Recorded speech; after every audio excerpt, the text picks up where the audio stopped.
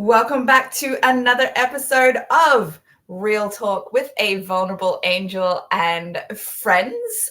I am your host, Dominica May, the Vulnerable Angel, and I'm joined tonight by my friend Sharad. Welcome, Sharad. Hello, thanks for having me. No worries, always good to have you. My most regular guest. I love it. We are at episode 34 now. I'm like, every Oh, time it's wow. like up, I'm just like, how is it? How is it already this many? For some Yeah, reason, I thought we were still in the tens. no. Jeez. We started like November last year, I think. Oh, November-ish. wow. That's Maybe awesome. early December, something like that. It's been a while. Our topic for tonight is social media and self-worth.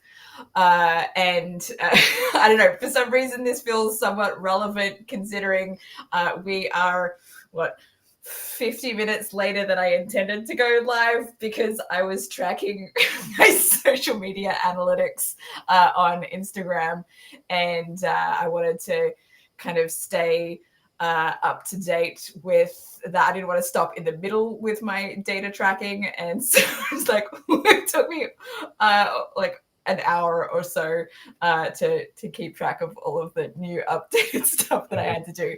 I wish that you could just do a snapshot of your analytics that you could export to a CSV file or something like that, but I don't think there's a way to do that. So it's like individually going into each post to track Is all of there the no analytics. It's way of crazy. doing it without AI? Like you just take a screenshot and then you try and ask it to convert, or No, because I have to go into each individual post to get all of the analytics. So, like, it would be like taking multiple screenshots of each post anyway, because it's, at least 2 pages worth on my on my phone to track all you of it. still, you It's still like could do I could, but I think it's still faster for me to just go in and type it and add it to my spreadsheet. It's crazy. the Um, life of a social media influencer. Timmy is in the audience. Hi, Timmy. Timmy!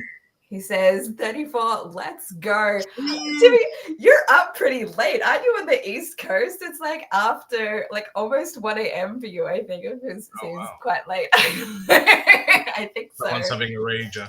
But thank you for joining. All right. So I suppose, do you have anything you want to bring up about this topic before I get into the questions that were supplied by ChatGPT for me today because I was lazy?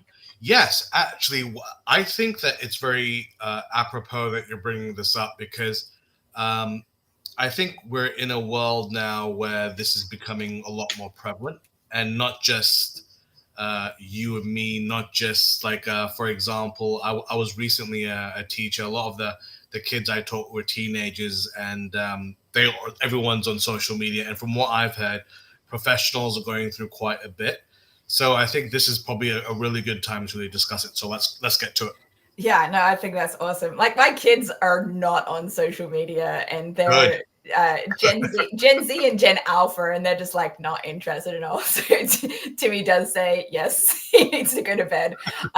Thank you for joining for as long as you're able to, and I will understand if you need to leave No early to worries. go to You sleep. can also catch out the video later after you've woken up. So no worries on that.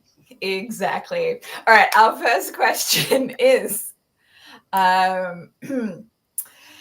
how has social media shaped the way you see yourself? You personally. For me myself, well, this one's tricky. I mean, obviously there are pros and cons. When I was in my recovery, this is when I was bedbound. Um, I had a love-hate relationship with it because obviously it kept me connected with everyone, which is fantastic. But at the same time, it almost kept me too connected, where I could see people doing all these extraordinary things, having wonderful experiences, and here I was stuck in a wheelchair. So it was that. But also at the same time, I'm super grateful for it because I reconnected with my classmates who I hadn't seen in 20 years. I hadn't spoken to them in 20 years. and it's great. I'm talking to someone I met on a night out when I was 20, and he currently lives in the Czech Republic, and we still send each other memes. So I think it's fantastic. Like, I know there's no um, pros and cons things per se, but the way that how I see it is that it's made us all a lot more connected. And yes, obviously, we have instances where people are kind of flexing at, let's say, how successful or how beautiful or whatever. But I just consider that noise. Mm. I mean, if people want to flex, let them flex. There's a friend of mine. I'm not going to name her, and dude, she's a tank. She is jacked, and she goes for posing tournaments. I think that's what it's called. And she's an absolute tank. And whenever she posts stuff, I'm just like, well, I'm drinking my Coca-Cola. Yeah. So, but it's inspiring. So, I mean, yes, there is negatives, but if you push out all that white noise, I think it's definitely something for good. Yeah. I feel like it's influenced me in different ways over the years. Like, how long have I been on social media? Well, I guess it depends on what counts as social media. Does LiveJournal count as social media? Probably. In which case, I've been on social media since 2001, something like that. So, like 25 years I've been using social media. So obviously it's had like ups and downs of how it's impacted me. I've definitely had times where it has made me feel less than, and other times that I've felt better about myself. Like when I moved here and started connecting with more people, I think my Facebook friends list went from, I don't know, somewhere in the 300s to what is now over 1,000, which is insane to me. Like, how have I met that many people? The fact that we have 1,000, it's crazy. Yeah. Like, how have I met like 700 people since moving to California? That seems. Is that maybe it was a little bit higher than that when I left Malaysia, but that seems crazy to me. Like, good for you. Good, just to show how much you've grown. Because I also very rarely add anyone to Facebook that I've not met in person in some fashion or another. So, like, I know sometimes it's an ego boost when I, send a friend request to someone who like I admire or that I've met that I think is pretty cool, and then they accept it back. And then there'll be like the unfriendings. It's like, well, what did I do wrong? Why did you unfriend me? I think it also depends on the type of social media you use. If you're using, let's say, Instagram or Facebook, that's one thing. But let's say if you're following someone on LinkedIn, more professional, I think if you add someone or you follow them, that's just a sign of respect and what have you. Oh yeah, it's very different depending on what platform you're using it, for sure. I've connected with people on LinkedIn that I have for sure have not met in person, but I've like met through Zoom networking things, and like people have sent me requests and like, do I want to add this person? I don't know. So I kind of debate. I don't always, accept the request. It depends on but then I'm like, I will see the names and like, I can't reach out to this person because I don't even remember how we met. Like what networking thing did I meet this person at? So like it's harder for me to take my like LinkedIn connections seriously unless there are people that I actually met in person or worked with in the workplace remotely because they lived in another state or whatever. I think Facebook is the one that I have the highest number of connections with people, with it being over 1,000, and I'm still like, how is it that many? I don't know. It's popular. Check you out, man. I don't feel popular though. So this is the thing. Like, I feel like these days I don't post as much to Facebook anymore because the interaction that I get there, I don't feel like is as much as what I used to. I don't know if it's because fewer people are using Facebook now, or the algorithm has changed, so it's not being seen by as many people, or if people are just, bored with using social media for interaction and they're just using it to look at stuff. Because I know I personally don't react to very much when I'm on Facebook either. So, like, it's probably an endemic kind of thing of just people post and then don't really interact with people. I feel like it's kind of gone a little downhill in that way. And it can be impactful of like making me feel like, oh, does that mean that people don't like me as much? I care about it less nowadays than I might have done in the past. I would definitely say that in the past I was like chasing those likes and, you know, reactions and stuff, and hoping that, you know, more people would react to things. You know, there was a time where I had like over 100 people wish me a happy birthday, and these days I like get maybe 30 or something. Like, just that's how it's kind of changed over time. But now, I don't know, I guess maybe because I've been tracking the analytics on Instagram, I can see that there is at least 1 to 2 people who keep coming back to some of my posts on Instagram, even though they don't react to anything. There's no like likes or comments from these people, but I can see that with their view counts going up without the number of users viewing the posts going up, tells me that, well, at least somebody is interested in my content and keep coming back. So it doesn't necessarily mean that I need to be chasing the likes and reactions and comments, because some people just like to be hidden in their appreciation of content, I suppose. Yeah, I suppose so. I mean, like that's the thing about social media, I suppose. I remember like when I was at university, we called it Facebook stalking, or like shopping. Yeah, like just basically things like I mean, if you wanted to go spy on someone that you kind of admired, I mean, at that point, from what I remember, like there wasn't a private versus public viewing function. You just clicked on them and you saw everything. And I remember at uni, we're all just like, okay, so who is this person? I'm going on a date with this person. Let's see who this person is. So yeah, but I mean, thankfully now it's a lot more it's a lot less like the Wild West, shall we say? So yeah. Instagram is where I post my public things, and I'm okay with being public, and that I have no idea who's necessarily looking at content, but I'm comfortable with any random person coming across and judging me for it, because I try not to care so much about how people judge me for the content that I post anymore. Whereas Facebook it's still like filtered content. Like, not everyone, even on my friends list, sees everything that I post on Facebook, because I post for the most part under a filter. Because, you know, I have family on there that I don't want to have seeing all of the content that I post sometimes. It doesn't even matter like what. So like some of the stuff I post, I'm like, it wouldn't matter. I'm too lazy to change the filter on most of the things that I post there, so I just don't bother. And I post so infrequently there nowadays that I don't think it matters anyway.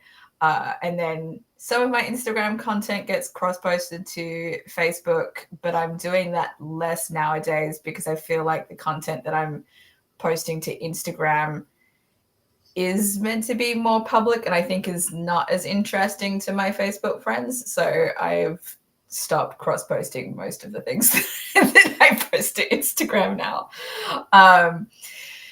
So I guess it's shaped.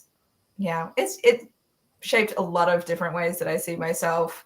I guess considering I can tell that there are people that are interested in my content without interacting, sometimes it makes me wonder, am I just somebody that people are too embarrassed or ashamed to be seen as being interested in me to say things? No, well, I mean, I personally wouldn't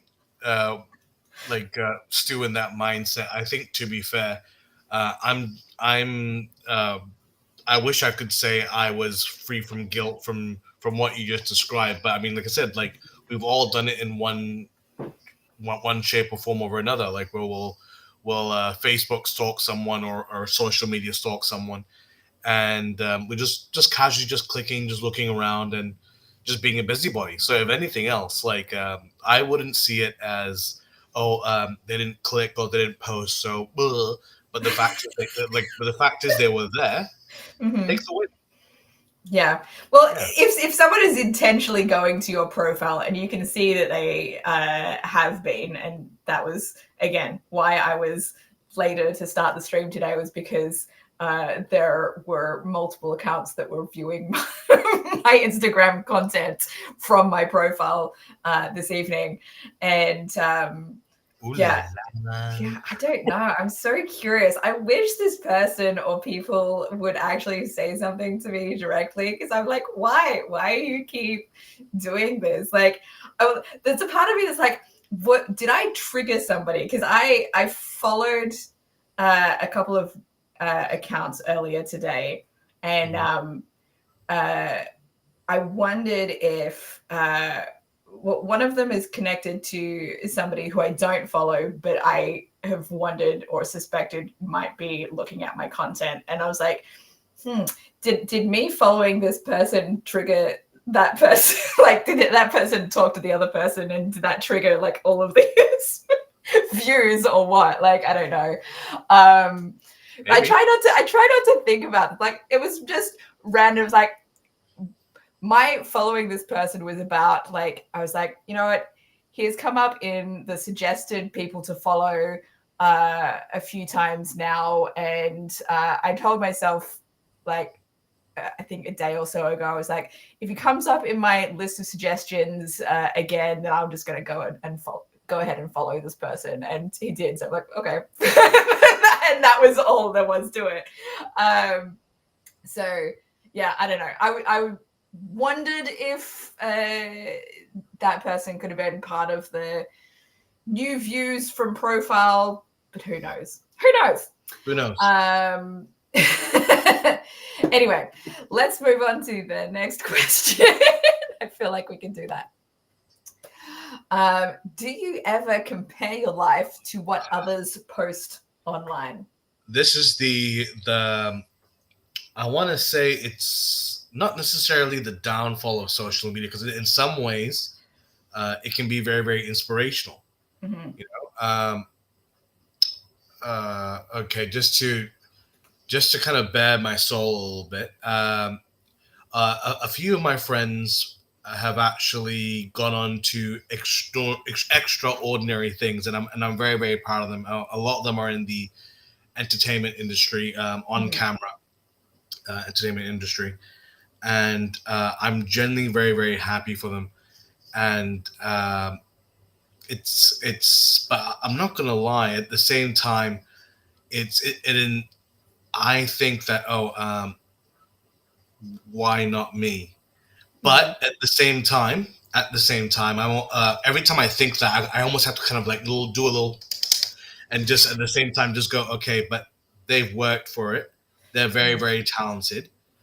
They deserve it, and this is the important thing.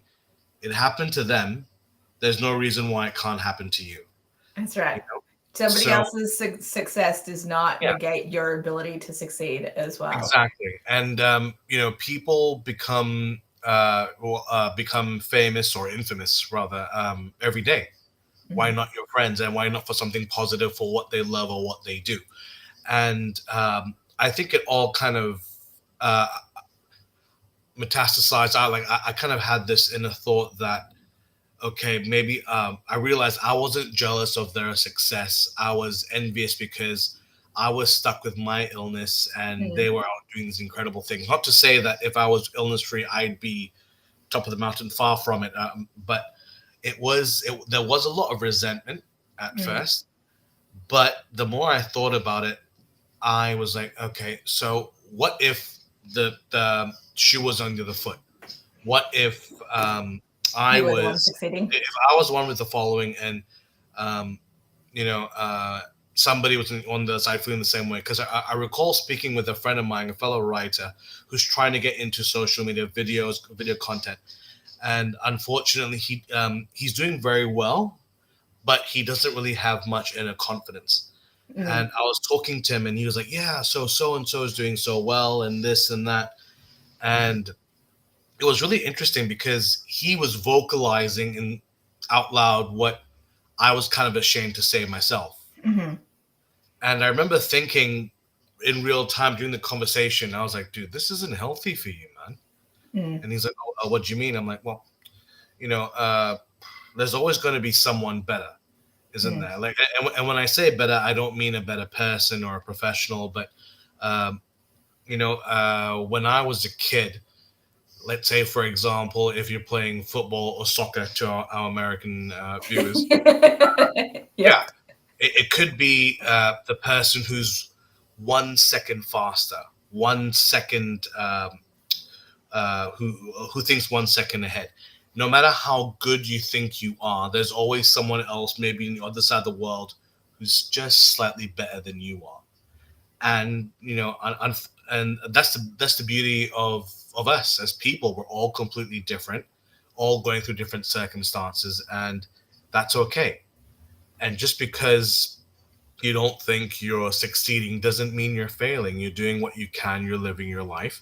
And just because you're not Instagram famous or with or what have you, or or if you're not a multi-billionaire, that's okay, because life isn't a race. Mhm. It's the journey and the friends you've made along the way. And That's as right. che- yeah, as cheesy as that sounds, like, yeah, I mean, would I be happier with $1 million in my bank account? Of course I would be. Would I be have more self-worth if one of my scripts was made into a Marvel film? Yes, yes, of course. But it's okay, and it's just, you just have to celebrate the little things. You can't let it consume you. What about you? Do you compare your life to what others post? Sometimes.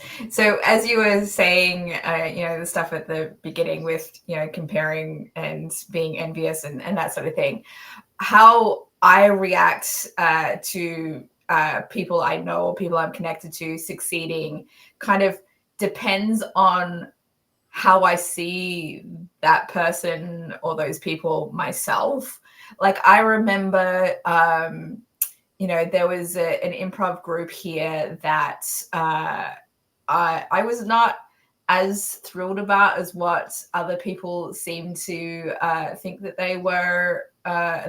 They loved them. It wasn't my kind of style, and so seeing them succeeding at things that I wanted to succeed at, like getting invited to festivals when I wasn't at that time. I was definitely jealous. Like, what is so good about them that that they're getting accepted and my stuff is getting rejected, or I'm, so there was that kind of jealousy. But if it is somebody who I respect and have a good relationship with, that I don't have that jealousy. I have more pride to see them succeeding.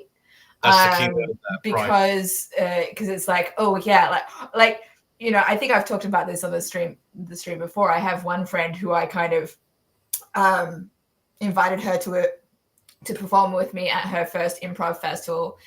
She was there with another group as well, but she credits me as like the first person to take her to an improv festival, and I took her to a couple of other ones since. And she's since become like,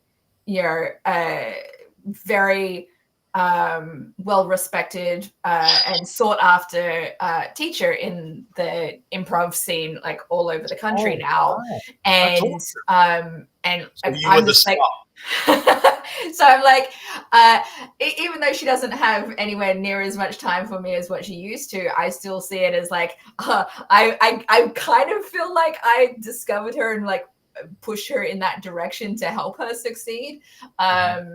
And especially because she also credits me as the person who kind of took her to the first festival that she did, that was the first step in her journey to have that success. She's also just an amazing person, just in general. She's like, everyone wants to have her around. So, I've got like no complaints. So when there's that kind of situation where like I absolutely believe in the person, then there's no jealousy. I'm like, of course they're succeeding. They well deserve that.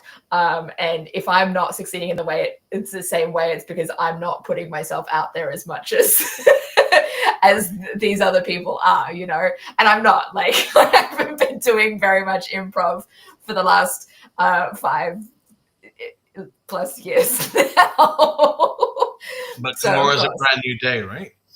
Look, I'm just not as it's a lot harder to get spots these days because a lot of the theaters have closed down, or like there's not as many shows happening. So, and then there's more people wanting to do it, so it's harder to kind of request time, and the people that I like to work with are all super busy as well. So I don't put that much effort into actually requesting time to perform anyway.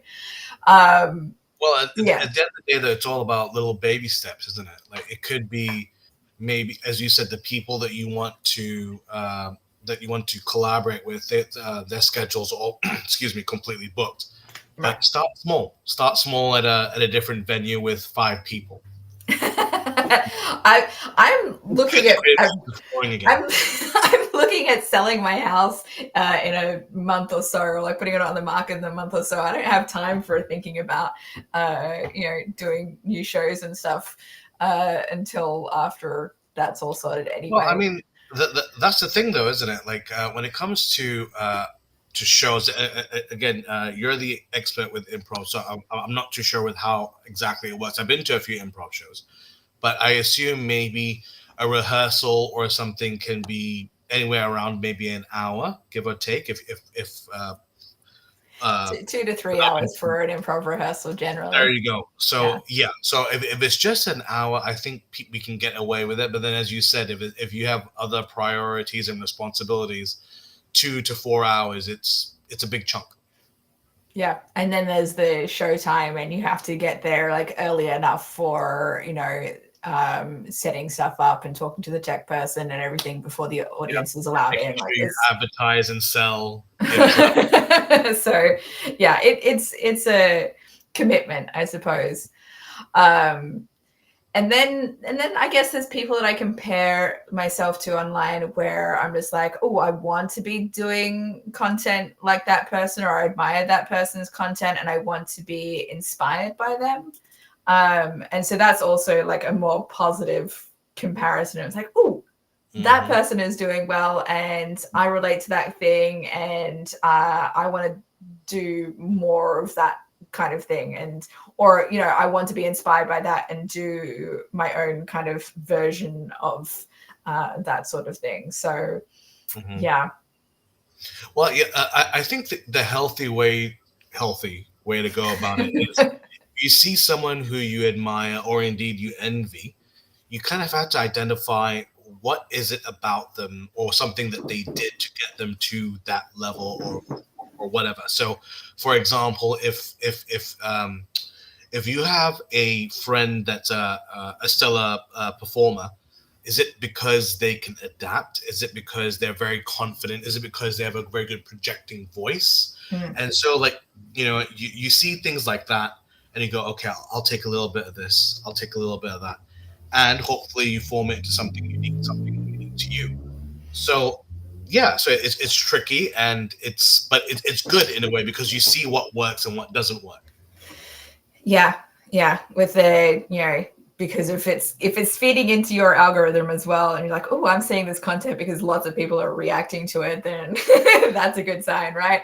I think the part that I struggle with in terms of comparing my stuff to other people's is maybe in the sense that I want to understand, and I don't know how to discover why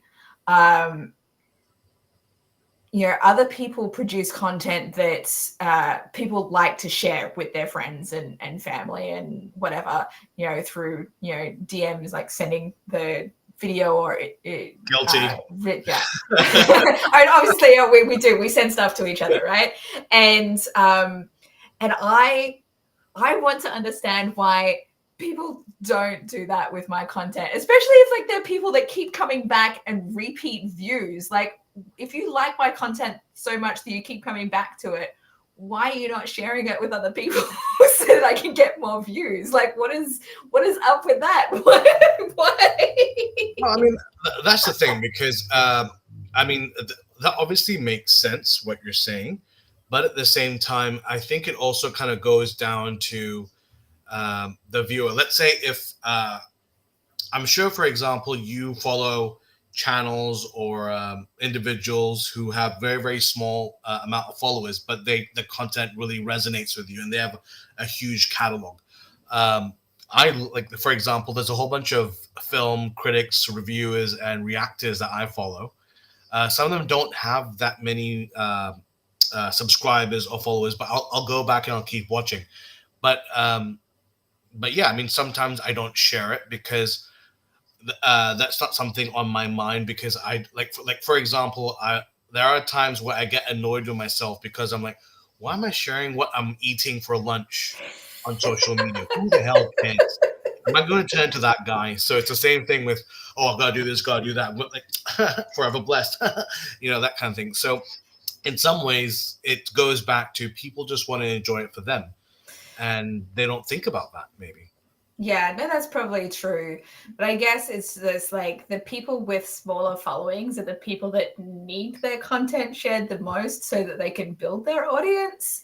And I guess that's something that I don't know, more people should be cognizant of. And like, if you like somebody and you want them to keep producing content, then the best way to get them to do that is to help build their audience, because otherwise they're going to, probably peter out and be like, well, if I'm not building an audience, I may as well stop, because there's no point if I don't have, if I'm not building a following, right?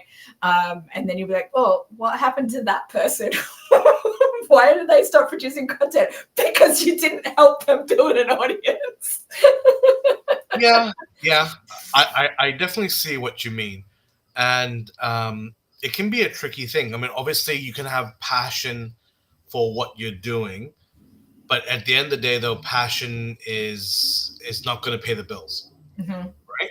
So if you're putting X amount of hours to filming, you're dedicating equipment, time for editing. That's not a 2 second thing. That's a huge commitment. And a lot of times that doesn't really involve a team behind you. That involves you, yourself, and I. That's it. So it's very, very tricky. It's understandable that people burn out because it's not easy. But, and I'm sure you can back me up on this or correct me if I'm wrong.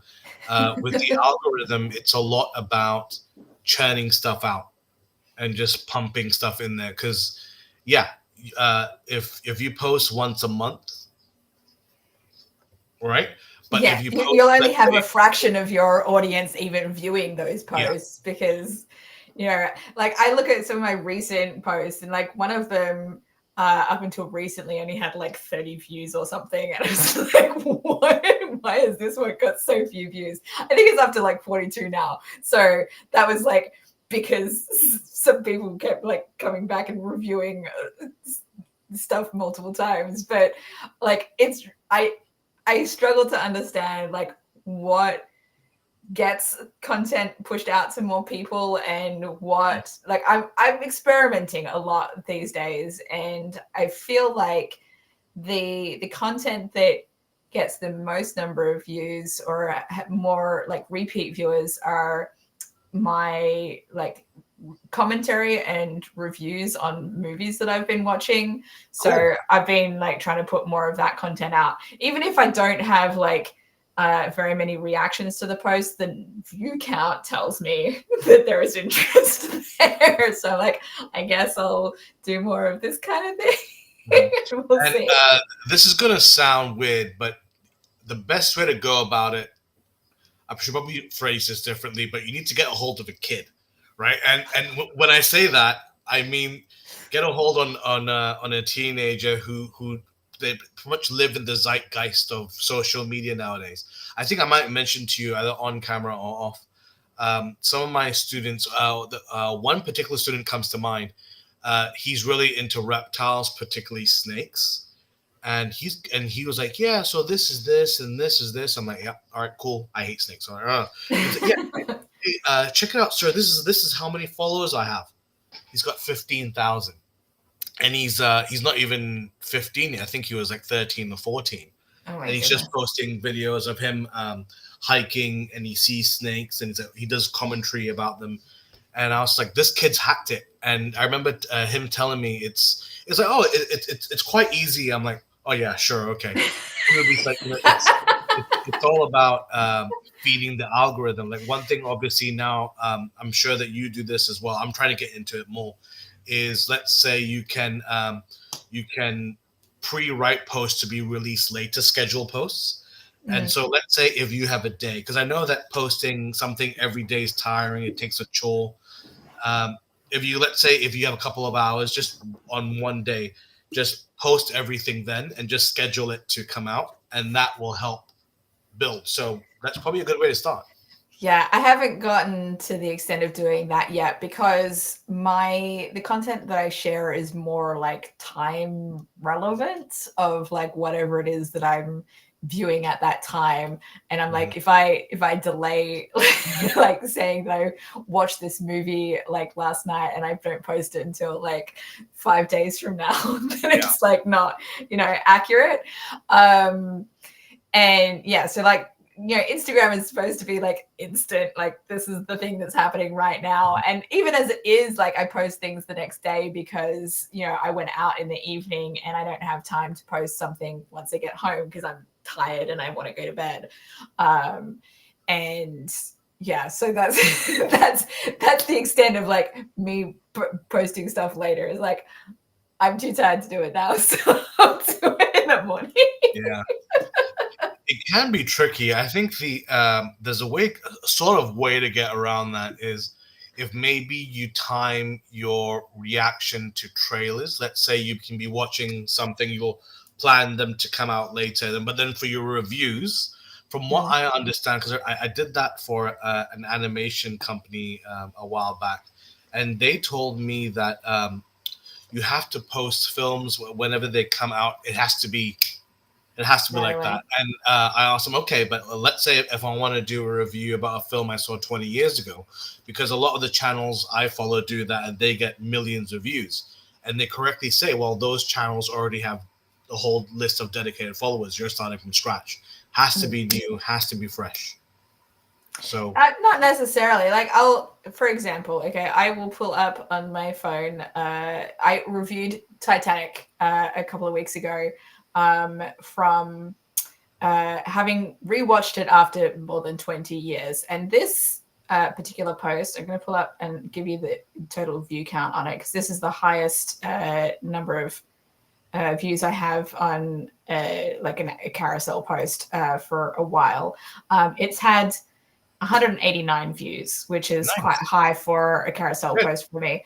I reviewed also a Christmas movie called The Night Before, which was released, I don't know, in the 2010s sometime. I don't remember exactly what year it was. It's had 175 views. Now, granted, a lot of them are duplicate views. I can tell you how many, like, since I have my spreadsheet here, let me pull it up, and I can tell you how many actual number of accounts that viewed those things. So the Titanic post, 189 views, but 65 accounts were reached.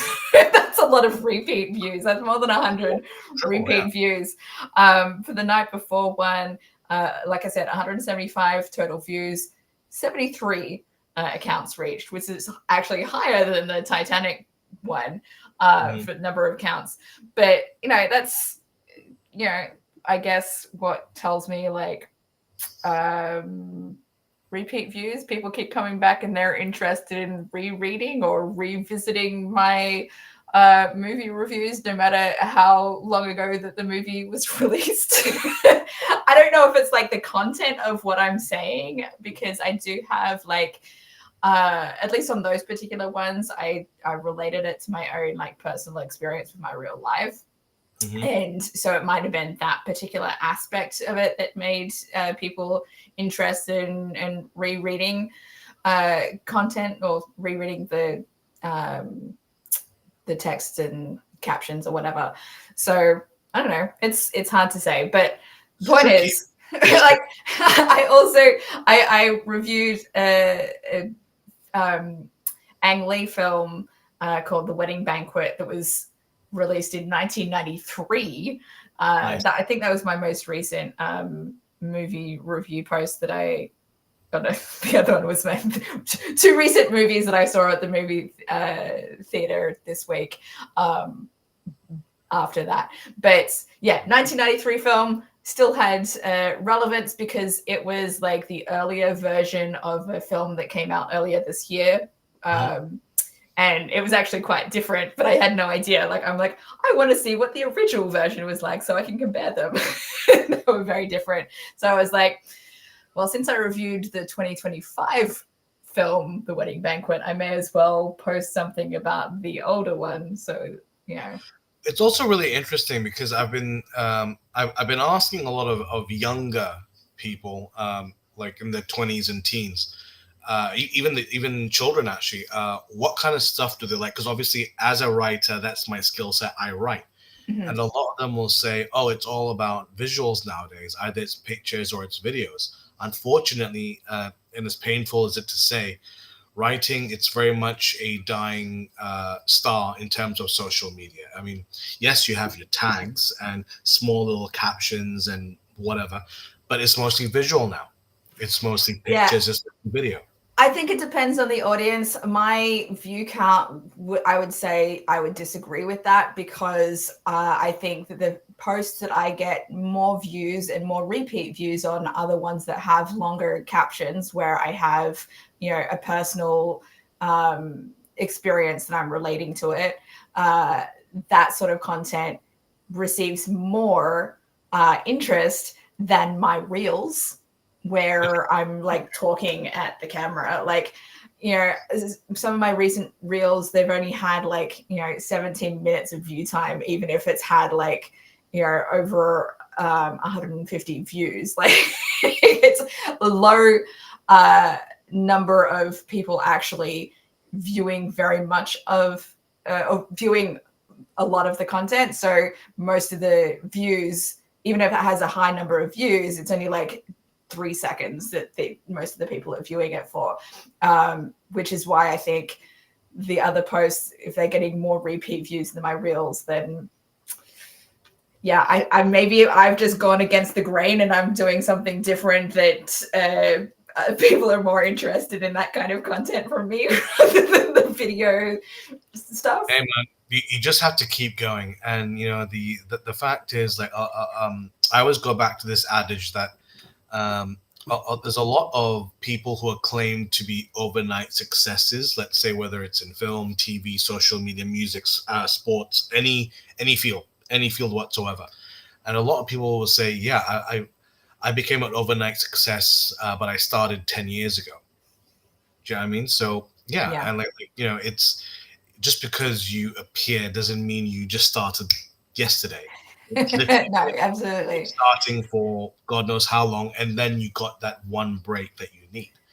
So you never know. I think it's also the platform that you share things on. Like, that's my experience on Instagram. I feel like my videos get more view time on TikTok and YouTube than they do on Instagram. So that's been a kind of an interesting experience for me as I'm like experimenting on what I'm doing. I think we kind of got off the topic of the question. Yeah, sorry. So it's all right. We're still talking about, you know, the general topic, but let me bring up our next question, which is kind of related. Have you ever felt less than after scrolling through your feed?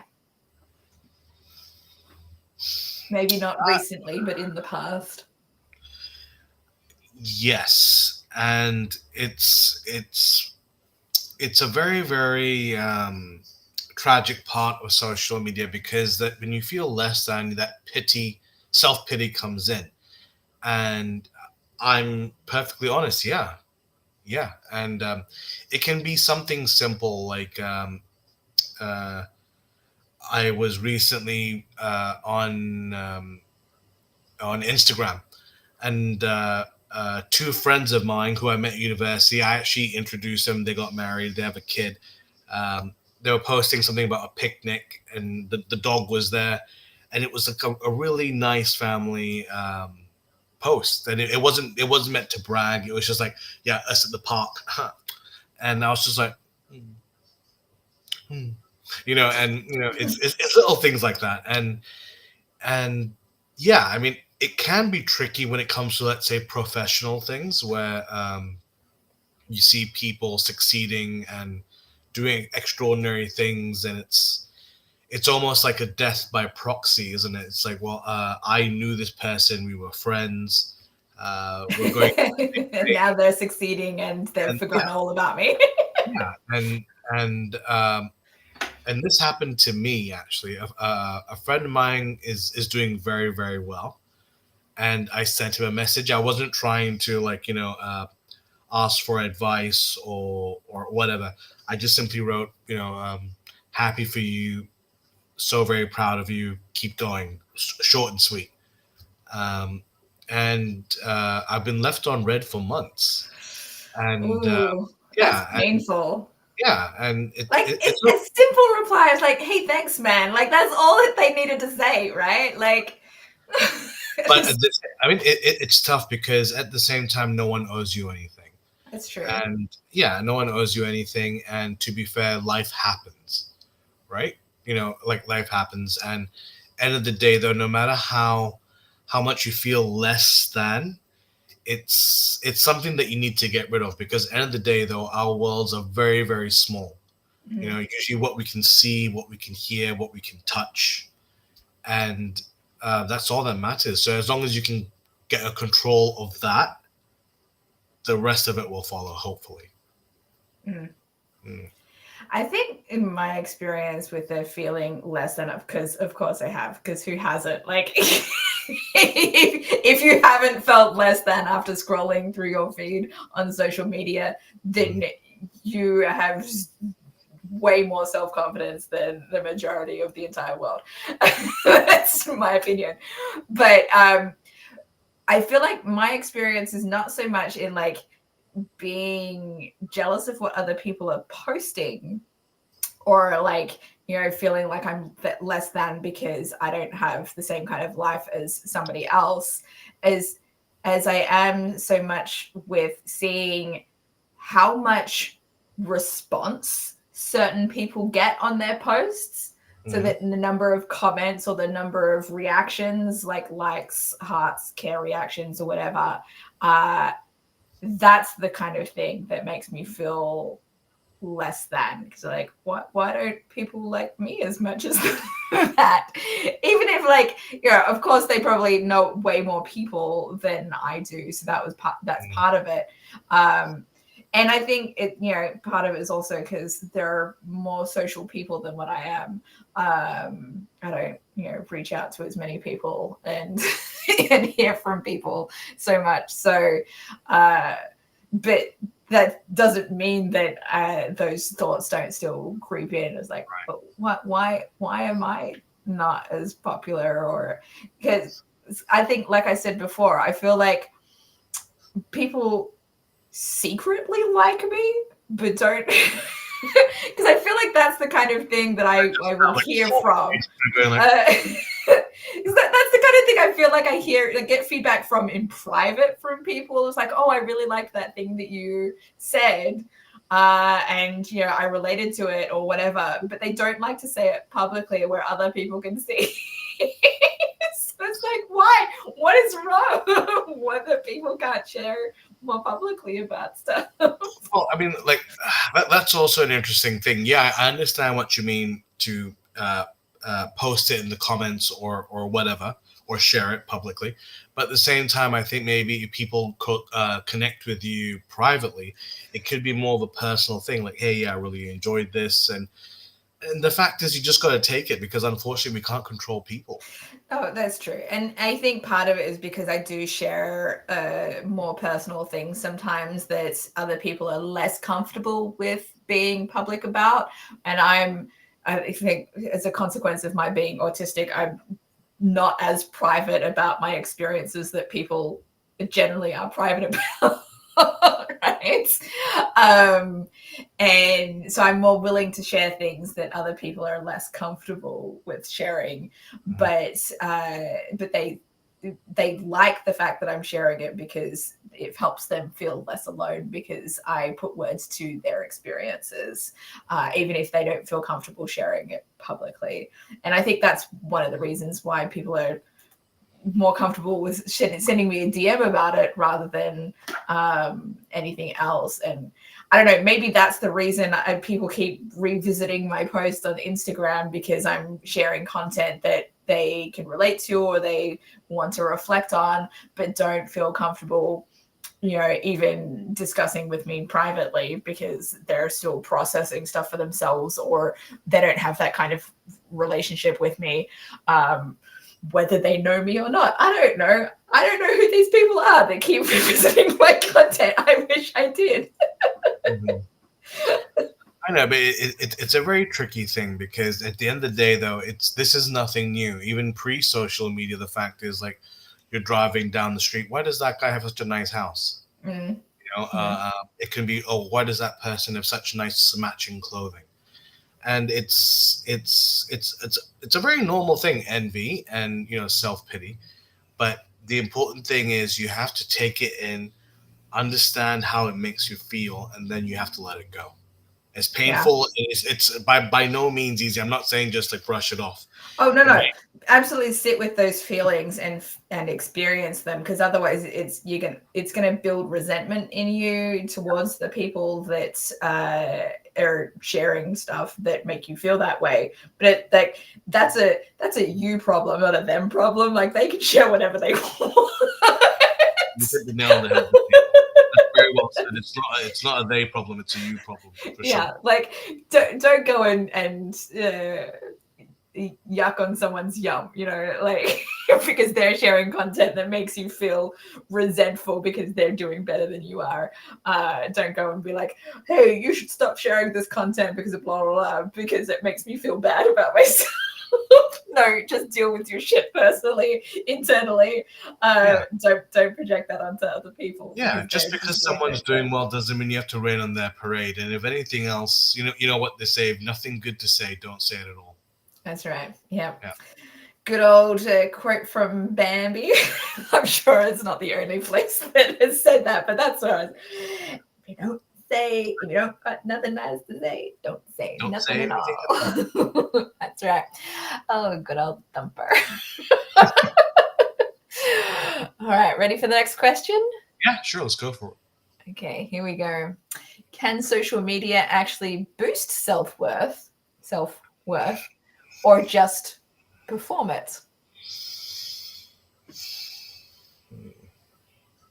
How do you start us off with this one?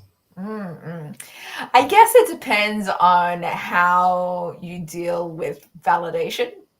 Are you someone who craves and needs external validation, or do you have the capacity to have internal self-validation, and then like external validation is just like a cherry on top kind of thing?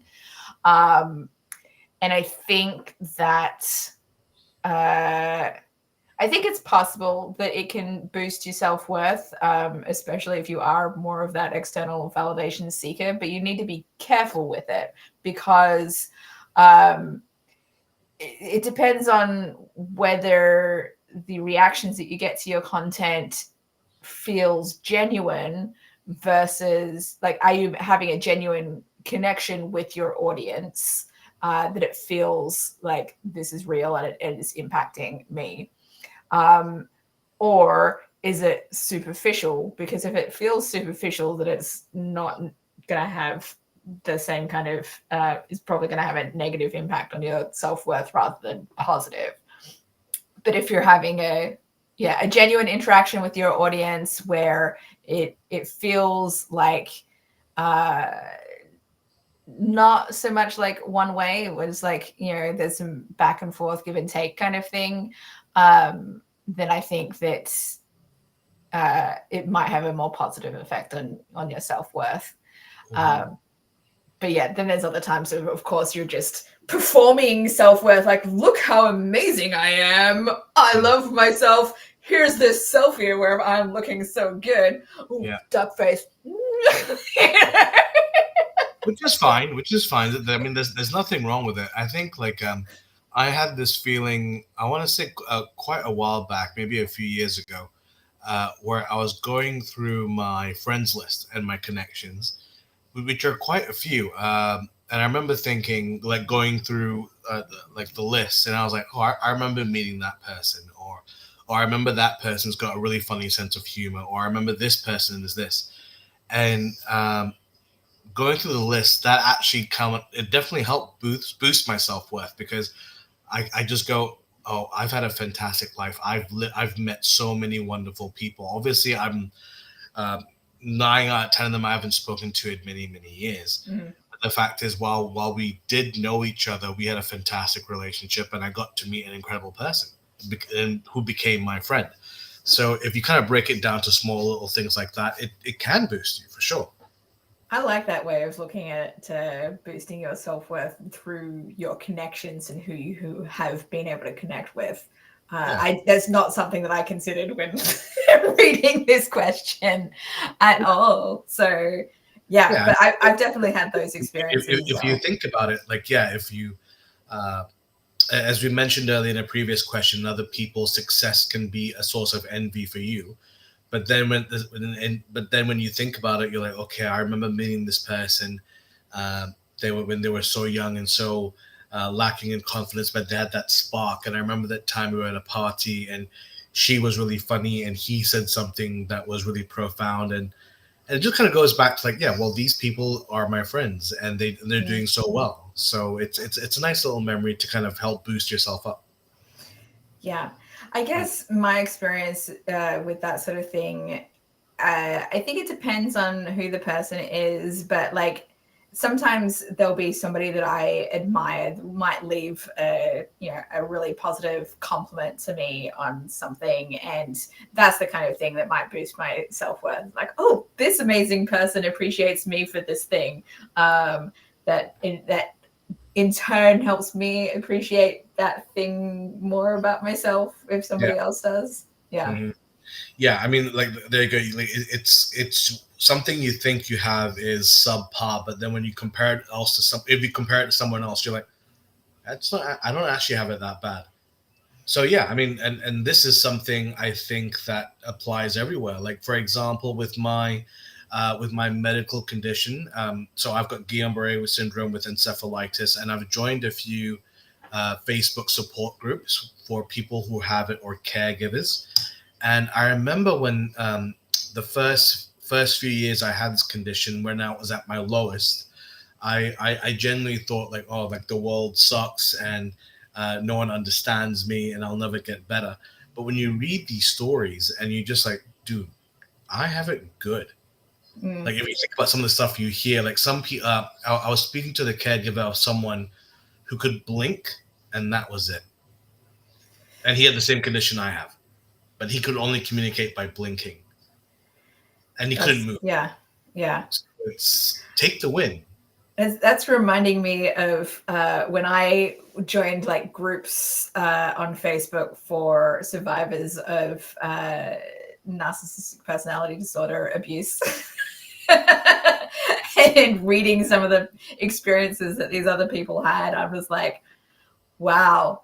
I mean, I thought I had it bad, but no, thank God I didn't have those experiences.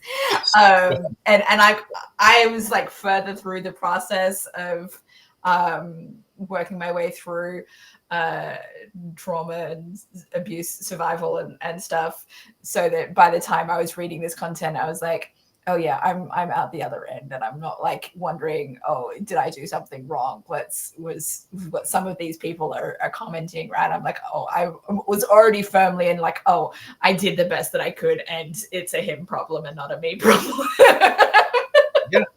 Yeah, I mean, like it's super tricky. I actually do remember this one instance on my Facebook. Um, a friend of mine who's doing quite well posted a picture in front of a really famous theater in America that he was performing at, and I was just like, "That's awesome!" But I'm like, ah. And then literally, like underneath that, there is a disabled orphanage whose page I follow. That they're situated not that far away from me, and they were like posting stuff like listen, we need money for food, and like they posted a video of a disabled child trying to like say thank you for this and what have you. And I remember like just going, whoa, like what am I complaining about? What Yeah, am I actually complaining about? And the idea that you need something to like, something to help you sniff the roses and kind of get out of that state of wanting and envy, and just realize you're doing okay. You're doing okay. You're doing your life, no matter how low or how much of a failure you think you are. You have your health. You have a roof over your head. You have friends. You have hobbies that you can do. You're not yeah, confined to a wheelchair. You're not a disabled orphan or God forbid something else. And it's all about perspective and realizing that life isn't a race, as it were. I know it's cheesy to say, but it literally is your own journey, and it's literally finding something that makes you happy. yeah. And if it leads to financial uh, booming and whatever it is, fantastic. But as long as you're happy, that's the important thing. You're reminding me of part of my conversation with my therapist yesterday, where I was like, I'm like, Oh, I feel like I'm in limbo right now. Like I'm just waiting until a time where I feel like it's okay that I can put my house on the market, and it's not quite there yet. So I'm like, I don't know what I should be doing, and I feel like I'm not being as productive as I could be. And I listed off the things that I've been doing over the past week. Like I've packed some of my board games up into boxes, and I bought some Sharpies so I can write on the boxes what it is that I've packed. And I ordered some plastic containers that I can pack my built Lego sets in, so that, uh, I don't have to dismantle them entirely to ship them. Um, and but I feel like I'm just like, I could be doing so much more than this. And my therapist is just like, you just sit and acknowledge the fact that you have not been unproductive. You've still accomplished a lot by doing those things. I'm like, but I know I could be doing more. It's like, no, shut up. Like, just acknowledge that you have not been doing nothing. That is still progress. Like, okay. that's the thing. Because it's good that you have that ambition. That drive is very important. So there has to be a balance. If you don't have it and you're comfortable where you are, you get complacent, you get lazy, right? But if you have that drive, oh, I want to do this, I want to do this, you manifest it and you work towards it. So it has to be a balance of both. Yeah, it's about the only thing that I'm motivated to do right now is packing up some of my stuff and getting prepared to have my house ready to put it on the market. Okay. Because, yeah, otherwise I'm just, I'm still applying for jobs, but I just feels like it's unlikely that I'm going to get a job here, that it just feels more productive to be packing my shit up in preparation of leaving and relocating. Well, that's the thing. Packing up doesn't really involve 24/7 attention, right? So as and Mm. when you need a break or just something to kind of take your mind off it, Mhm. just sit on the computer or something that you like to do, and then go on the computer and just go on LinkedIn and just go, all right, this looks interesting. Let me send out a few resumes, and yeah, I mean, at the end of the day, it doesn't hurt, Yeah. and even if they turn you down, you can go, okay, well, at least they read my submission, which is fine. Yeah, I suppose so. Yeah, But I'm as they say, nothing ventured, nothing gained. I'm not allowing those rejections to impact my self-worth, because I know how hard the job market is right now, and what number of people I'm probably competing with. It's like there's no point in dwelling on that sort of thing. Um, and I have been productive in other ways. Like I sold my car last week, and that was a big deal. It took a couple of hours to go through all of that process. And then this week like involved me having to deal with like some other final things, like my car insurance company. I had a tracker that they had devised that they had me installed in the car, and I had to return that. So that happened this week. And then I also had to return my fast track, which is the thing that auto pays the toll if I'm crossing, the toll bridge or whatever. I could have posted it. If I didn't send it back, I would have been docked $5 off of what they could refund me. And I'm like, I want like $5 back. But I'm like, I don't want to post it, because I had, at least with the car insurance tracker, I was able to, like, they sent me a return envelope fully paid for, so it was easy to just put the thing in and send it back and drop it off at the post office. But the other one, I had to either post it and pay for shipping myself, or go into their customer service center and drop it off in person. I'm like, I guess I'm going to do that, because it's probably cheaper for me to do it that way, because paying for BART right now, the train system, being unemployed means I get 50% off the transit fare. So it's all right. Yeah, so I decided to do that and time it with a time that I wanted to go in to see a comedy show at Cobb's Comedy Club, so I could also pre-purchase tickets for other shows coming up in the next couple of months, because that would allow me to avoid the online fees. So I'm all about saving the money. Yeah, and I already got, I discovered a refund for the car insurance payment that's, did not need to be used, because I already cancelled my car insurance. I guess I prepaid some of it. Nice. So that was nice to get some money back for those things. That's productive stuff. Good. Yeah. I mean, end of the day, though, it's all about being proactive and just. I actually met someone not that long ago. I think it was a hospital. I can't remember what their position's called, but I think they were a clerk. And I mentioned because of my illness and my disability, I mentioned, listen, I come from an upper class family. I live in a very, very posh area with a nice house and everything. And will I be eligible? I don't want to get in trouble and take from someone else. And this lady, bless her heart, she was just like, what does it say on your medical report? I'm like, it says that I have a debilitating illness. And she's like, then that's all you need. Yeah. Right. So, yeah, I mean, in some ways, that's super important too. It's all about circumstance and what situation you are presently. Yeah, I'm surprised that I've survived as long as I have without work, because it's coming up to almost a year since I was laid off last year now, and that's a little scary, but also I have still plenty to survive to get me through, but I still want to sell and relocate, so I don't have to worry about. But it's great that you're so financially prudent. You're actually taking care of your finances. I mean, if you had let's say less kind of willpower, so into you're just like, yeah, whatever, do this, do that, we might be having a very different conversation. So.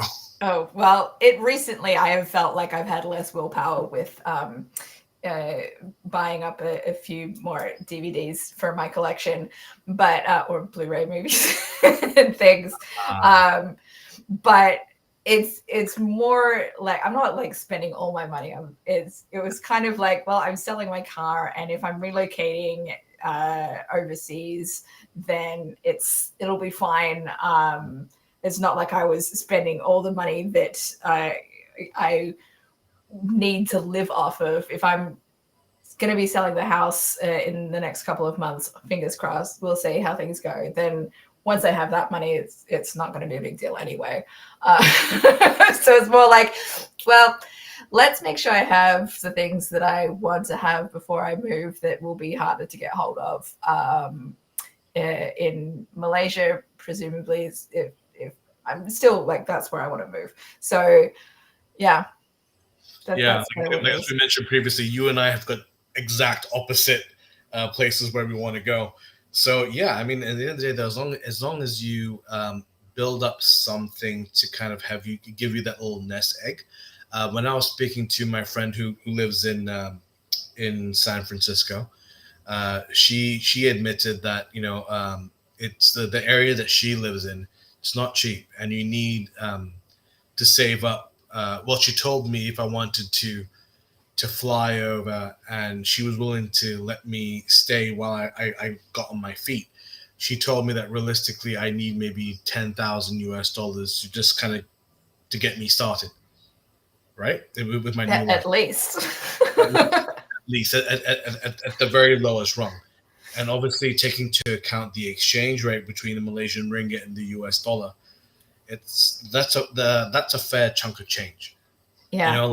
This is why I'm looking at going the reverse, where my money is going to last. Like if I sell my house, I could probably live off of my just the money that I have for like 5 years, I think. As long as I sell a house for the amount that I want to sell it for. Yeah, so I'm like, it'll be nice to have that as a safety net, because I don't feel like I have another kind of safety net right now, but that is like my safety net. And the money will go further in Malaysia because living expenses are much smaller, and I'll be required to purchase a house to live in, which means I won't have to worry about paying rent or whatever. Just, whatever the expenses of owning property is, which if you own it outright is not as much as renting. So yeah. And at the same time, if you're purchasing something, it doesn't have to be this grand place. It can just be something small. Oh yeah, I'm looking at probably getting a condo. That's it. Yeah, and then who knows, if you want to rent something bigger, go for that. But you have that small place which you can say is yours. You got that for legal reasons to document yourself over. Oh no, I'm going to live in the place that I buy. I'm not, but like I have to spend at least $1 million ringgit to live in KL, which sounds like a lot if you're thinking of it in US dollars, but it's less than 250,000 US. It's so much cheaper. And that's the thing. Like I've due to my work as a writer, I also do some editing for a lot of corporate events. And a lot of, let's say, a lot of houses, it doesn't matter whether it's an apartment, a bungalow, whatever. Stuff isn't cheap. Stuff isn't cheap, my friend. And what, let's say if you want to get a small shanty house in a place that's about 45 minutes to an hour away from the city center, that stuff still isn't cheap. No, some of them are, I have looked at the real estate, which is why I'm looking at probably getting a condo, because it's more in my price range. But our friend Puppy Zach, who has joined us for some of these streams, he was trying to convince me to buy a condo in his building, and he was like, it's only like 800,000 ringgit. I'm like, that's great, but I have to spend $1 million ringgit. Like, I have to spend more than that. I would love to only spend 800,000, but I'm not allowed to. Yeah, that's crazy. That's another thing. It's like when we're going back to self-worth again, you're like, okay, so I have what I need, but so it's tricky. Yeah, definitely tricky. But I'll be happy living in a condo again, because there's less maintenance that you have to worry about. Like I have a garden. I have to pay a gardener $70 a month to come and trim everything back so that I don't have to worry about dealing with it myself. Yeah. In a condo, I don't have to worry about that. Yeah. That's all done by the property management people. Yeah, for sure. I mean, there's definitely pros and cons. We've kind of gotten off topic from my dad is especially into real estate. And I'm going to, yeah, no, I'm going to bring in my dad's comment. I You're don't fine. know what this was in response to because it was a little while ago. He says, happiness is the wrong word, as happiness is a feeling. Feelings are temporary. I prefer seeking inner peace through being, not doing. Do you have any thoughts about that? I don't know what he's responding to in that instance. I think your dad's got like the most profound things to say, and yeah, I mean, end of the day though, inner peace is the key word, because when you have contentment in yourself and satisfaction, yeah, for sure, it's definitely a feeling, and they can be temporary because like you never know, because again, envy is that, as I remember, like there's a really famous poet called John Donne who said that envy was that green kind of demon that kind of eats away at you, and will always be there. So no matter how happy you feel, let's say you've just bought the car of your dreams, right? You've been wanting this since you were a kid. You take it out on the first drive, and you're at the traffic light, and someone's got the brand new version, and you're like, it's tricky, right? So it's, and who knows, like maybe you have that car and you love it, and then you receive a really really bad phone call, and you look at the car directly after, you don't feel that anymore, right? So it's definitely a temporary thing. Mm. So yeah, inner peace, I agree with Frank. Yeah, it's definitely something to strive for, but not always easy to achieve. All right, I'm going to get on to our next question back to the topic of social media and self-worth. And our next question is somewhat related to stuff we've already discussed, but what role does validation, like likes and comments, play in your self-esteem?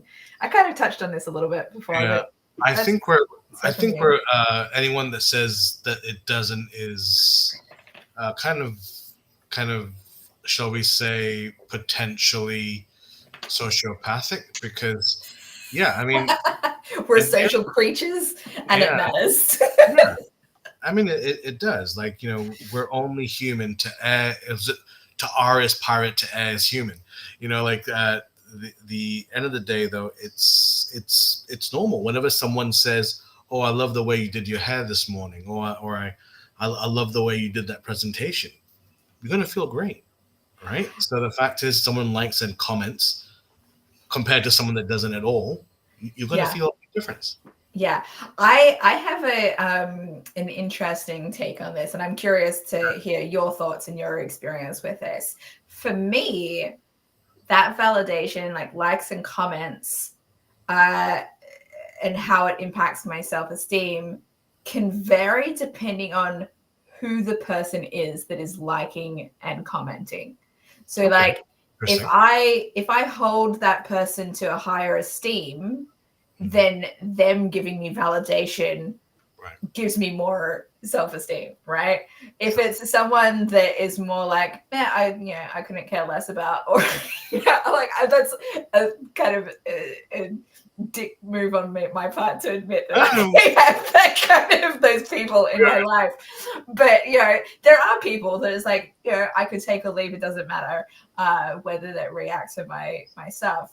It doesn't impact my self-esteem as much as some people, where it's like, oh, I have high respect for this person, so them validating me has a higher impact on my own self-worth and my own self-esteem.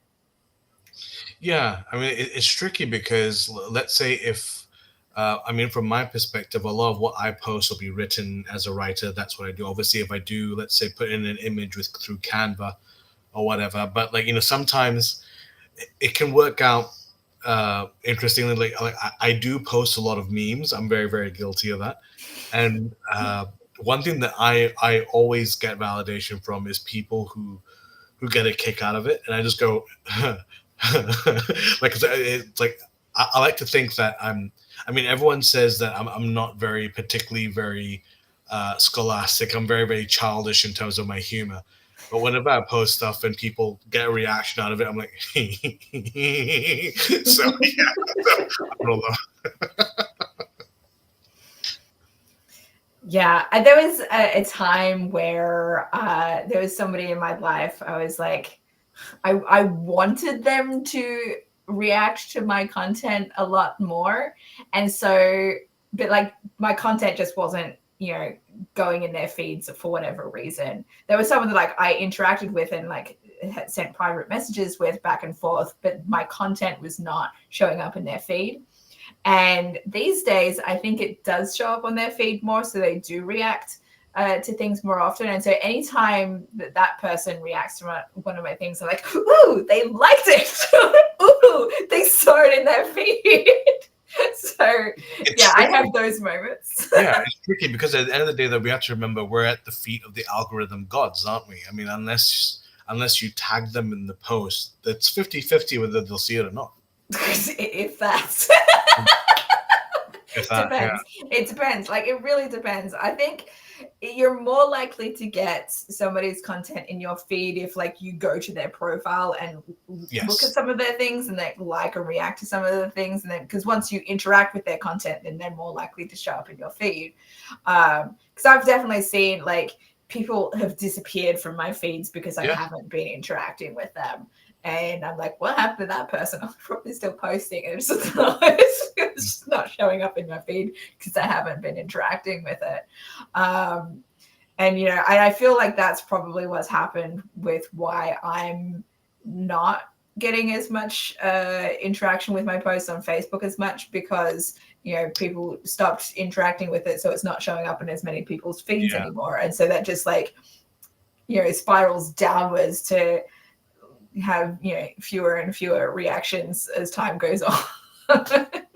It's interesting because from what I've heard from my students is, I mean, in any kind of not just social media, but in computers in general, whatever you click, you get more of, because that's how it learns, that's how it adapts. So I mean, unfortunately, then if you're viewing something that doesn't particularly involve one friend, you'll see more of this, less of this. So it's tricky. You're literally at the feet and beck and call of the algorithm gods. Yeah. So if you want to see more content from somebody, then you have to interact with it or go to their freaking profile and look at it, and hopefully it'll start showing up more. Do some light talking, yeah. Yeah. So I guess, did you answer my question? Is like, are there particular people that will react to things that impacts your self-esteem more than others? I mean, as you said, yes. I mean, that's only a human reaction, but at the same time, like sometimes quantity does outweigh quality. I mean, if you post, like, let's say for example, I'll post a very sensitive post. I'll get a lot of likes, and I'm just like, oh, okay, great. That people are resonating with me being honest. Great. But at the same time, I might just post something really, really stupid, a really stupid meme, and that could get astronomical kind of engagement. I'm just like, so yeah. I mean, it's tricky. The fact is that if you got any engagement at all, I mean, it definitely goes to your self-esteem. But it's positive or negative. The fact is, if someone, let's say we're posting a hot political take, right, and people are getting your comments and a little bit of an exchange happens. The fact is they're taking time out of their day to get into it with you, and they're and so you're like, whoa, I'm someone that means something. They're not just like but they're actually getting involved. So I mean, even if it's negative, it's still that validation of I'm worthy of someone to. That's how I feel about the TikTok comments that I get that are negative. I'm like, oh, you're commenting on my stuff, which means feeding the algorithm and getting my content sent out to more people. Yeah. So I value those. Yeah. A lot of my creative friends and just people I follow in general will say like, oh, like someone will post like a really mean comment for no apparent reason. Oh, I hate your nose. And like my friends have, and to be fair, I'm trying to do this as well. I'll like their comment and go, "Cheers for the engagement. Take care." Yeah. I don't always react to stuff, but sometimes I do. Or like, and I've definitely the comments that TikTok has filtered out because it thinks that it's not good. I will unfilter it and make it visible because I'm like, that's fine. Like, I'm fine with those kinds of comments sometimes. Yeah. I don't necessarily do that with everything, but some of them I will. Yeah, I mean, at the end of the day, though, it's all about not turning a blind eye per se, but it's in some ways it's taking the power away from them. If they say, oh, blah blah blah blah blah, and you're like, huh, yeah, cheers for the engagement, but keep out like, I'll see you next week or engage in the next post. It takes that power away from them. They're like, why is this person reacting like this? I just called him a dick or I said something. Yeah. And I wanted them to be angry at me. This is not what I was expecting. Yeah. And obviously there is a thing called, which I've learned recently, is a thing called toxic positivity. Which I think we talked about it briefly in one of our earlier, not a couple of weeks ago, I think. Right. Yeah. And I mean, at the same time, it's toxic positivity is one thing, but when you use it with the intention of disarming someone and taking their power away, more power to you. Yeah. I want to go back to, you were talking about the quantity making a difference sometimes. I feel like for me, like, it is nice having like a higher quantity of reactions on posts, but at the same time, when I have so many reactions on some posts, I'm like, I don't even know everyone who has like reacted to this stuff. Like, I'm not able to consciously keep it in my mind who has reacted. So like it might get to a point where I'll see somebody in person. I'm like, I don't know if you saw my post, and then they might have reacted to the post. I'm like, I don't remember if they reacted to the post. I don't know if you saw this thing that I posted about on Facebook, but blah, blah, blah. And I'll reference it. But and I'll be like, I wonder if they were one of the people who reacted to it. I was like, if there's that many, I was like, I can't recall who has reacted.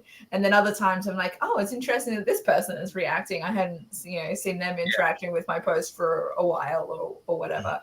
So it can be surprising sometimes. Well, yeah, as you said, we're all subject to the gods, aren't we? So that's right, the algorithm gods. All right, my dad has a few more comments for us. I'll bring up some more.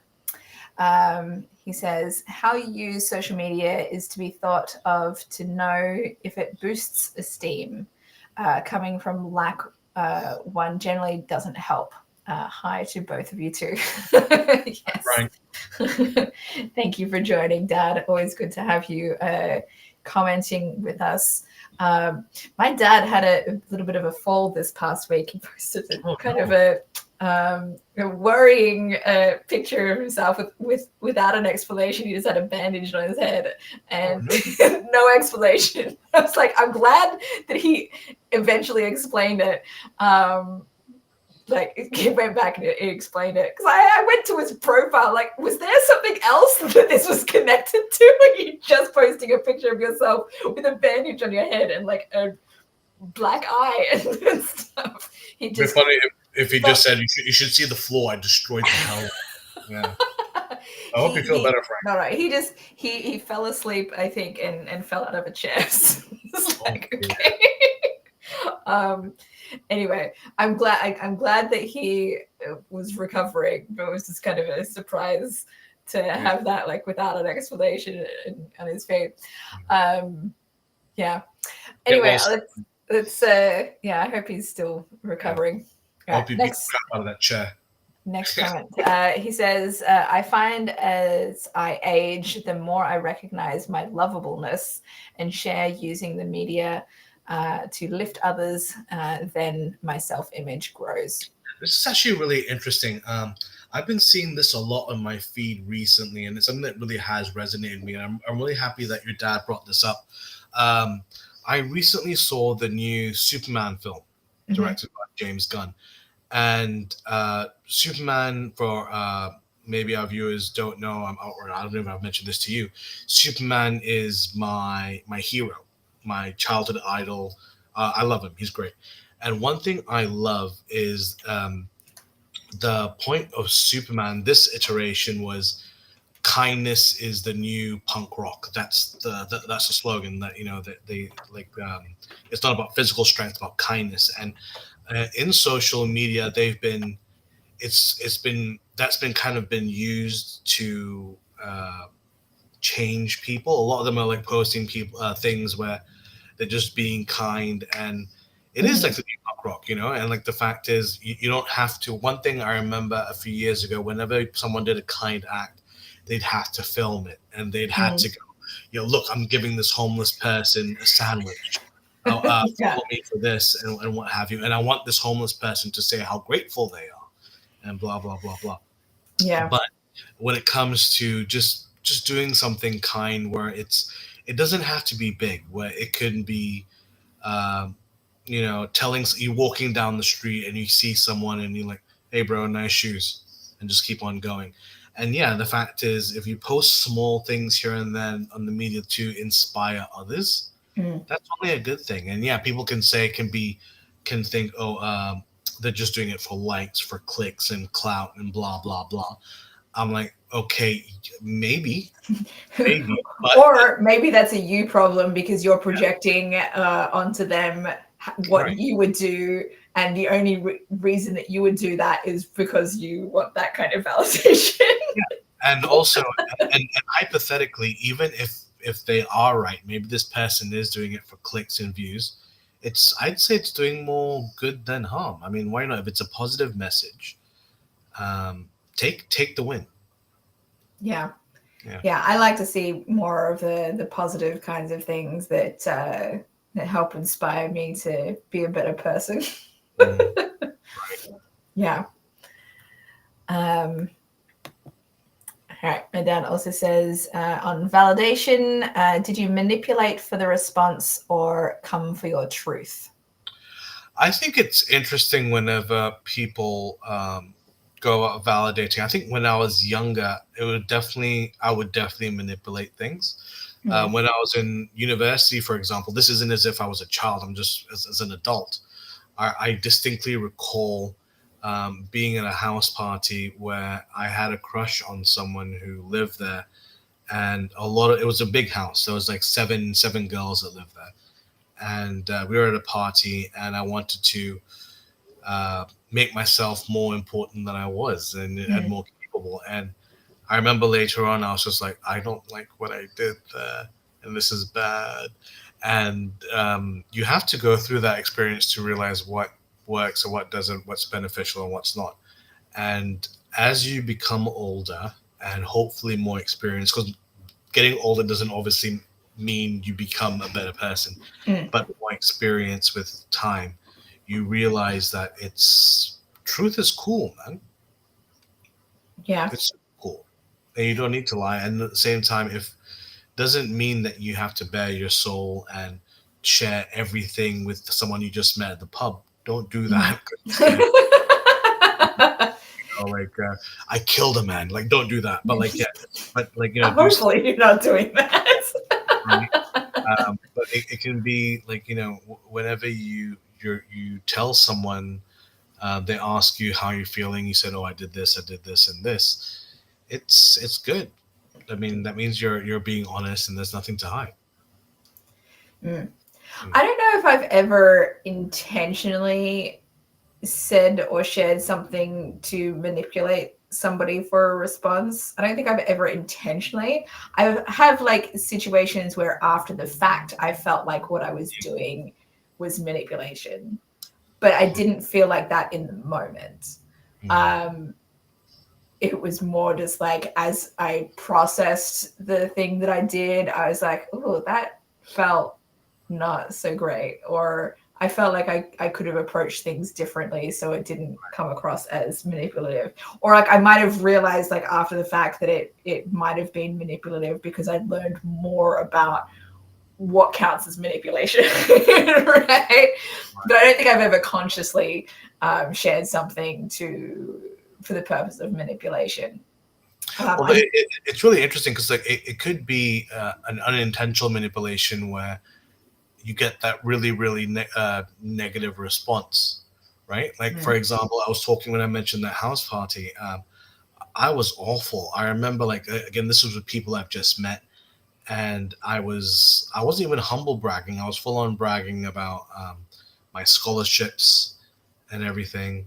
I don't know why to people who I just met. And I remember one of the girls that lived there. She was sat outside having a cigarette. She was, like we were having the conversation, and she just flat out said, I don't think that's fair. You know, like I'm paying for I don't have a full ride or whatever. I'm paying for the full. I don't think that's fair that you have this and I don't." And I remember that brought the mood all the way down, and I just went, "What did I just step into?" So you were hoping more for like respect because you You're had so cool. received You're so smart. Blah blah blah. You're doing this. Blah blah blah. How many languages you speak? Blah. And then I realized I pretty much just like took the pin out of a grenade and I just dropped it.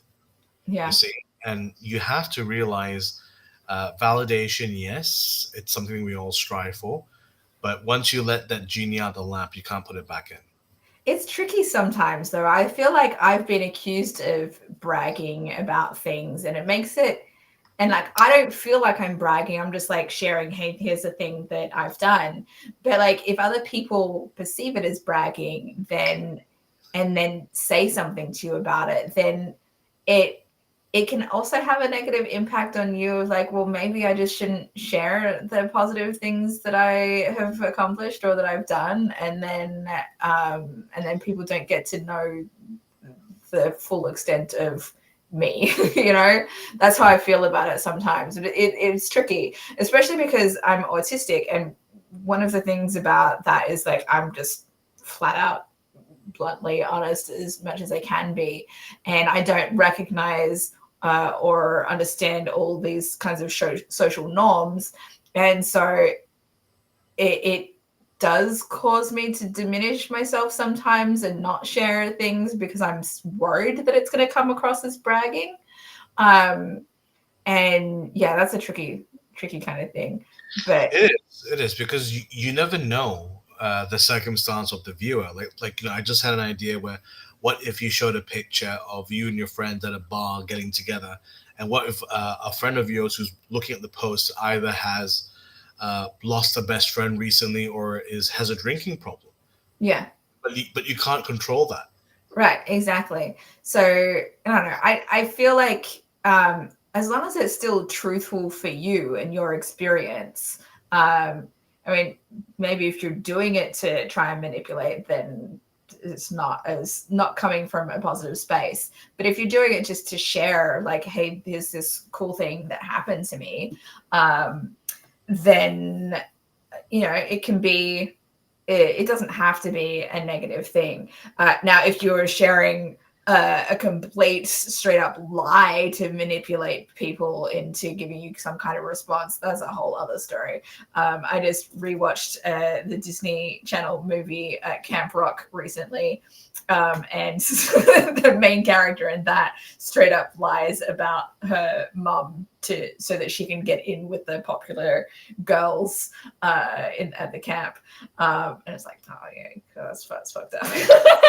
Yeah, I mean, at the end of the day, like in my experience anyway, a lie can only get you so far. Yes, it may get you in quick, it may get you in high, but at the end of the day, though, it's gonna come around and bite you. Oh yeah, it'll bite you in the ass all the time. It will, and it might not be today, it might not be tomorrow, but it will eat away at you, where you're walking on eggshells and you're gonna make a mistake, or someone's gonna figure it out, and then from that point, game over.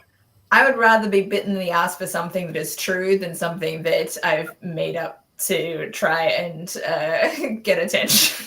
But I think we've already established I just suck at lying in general.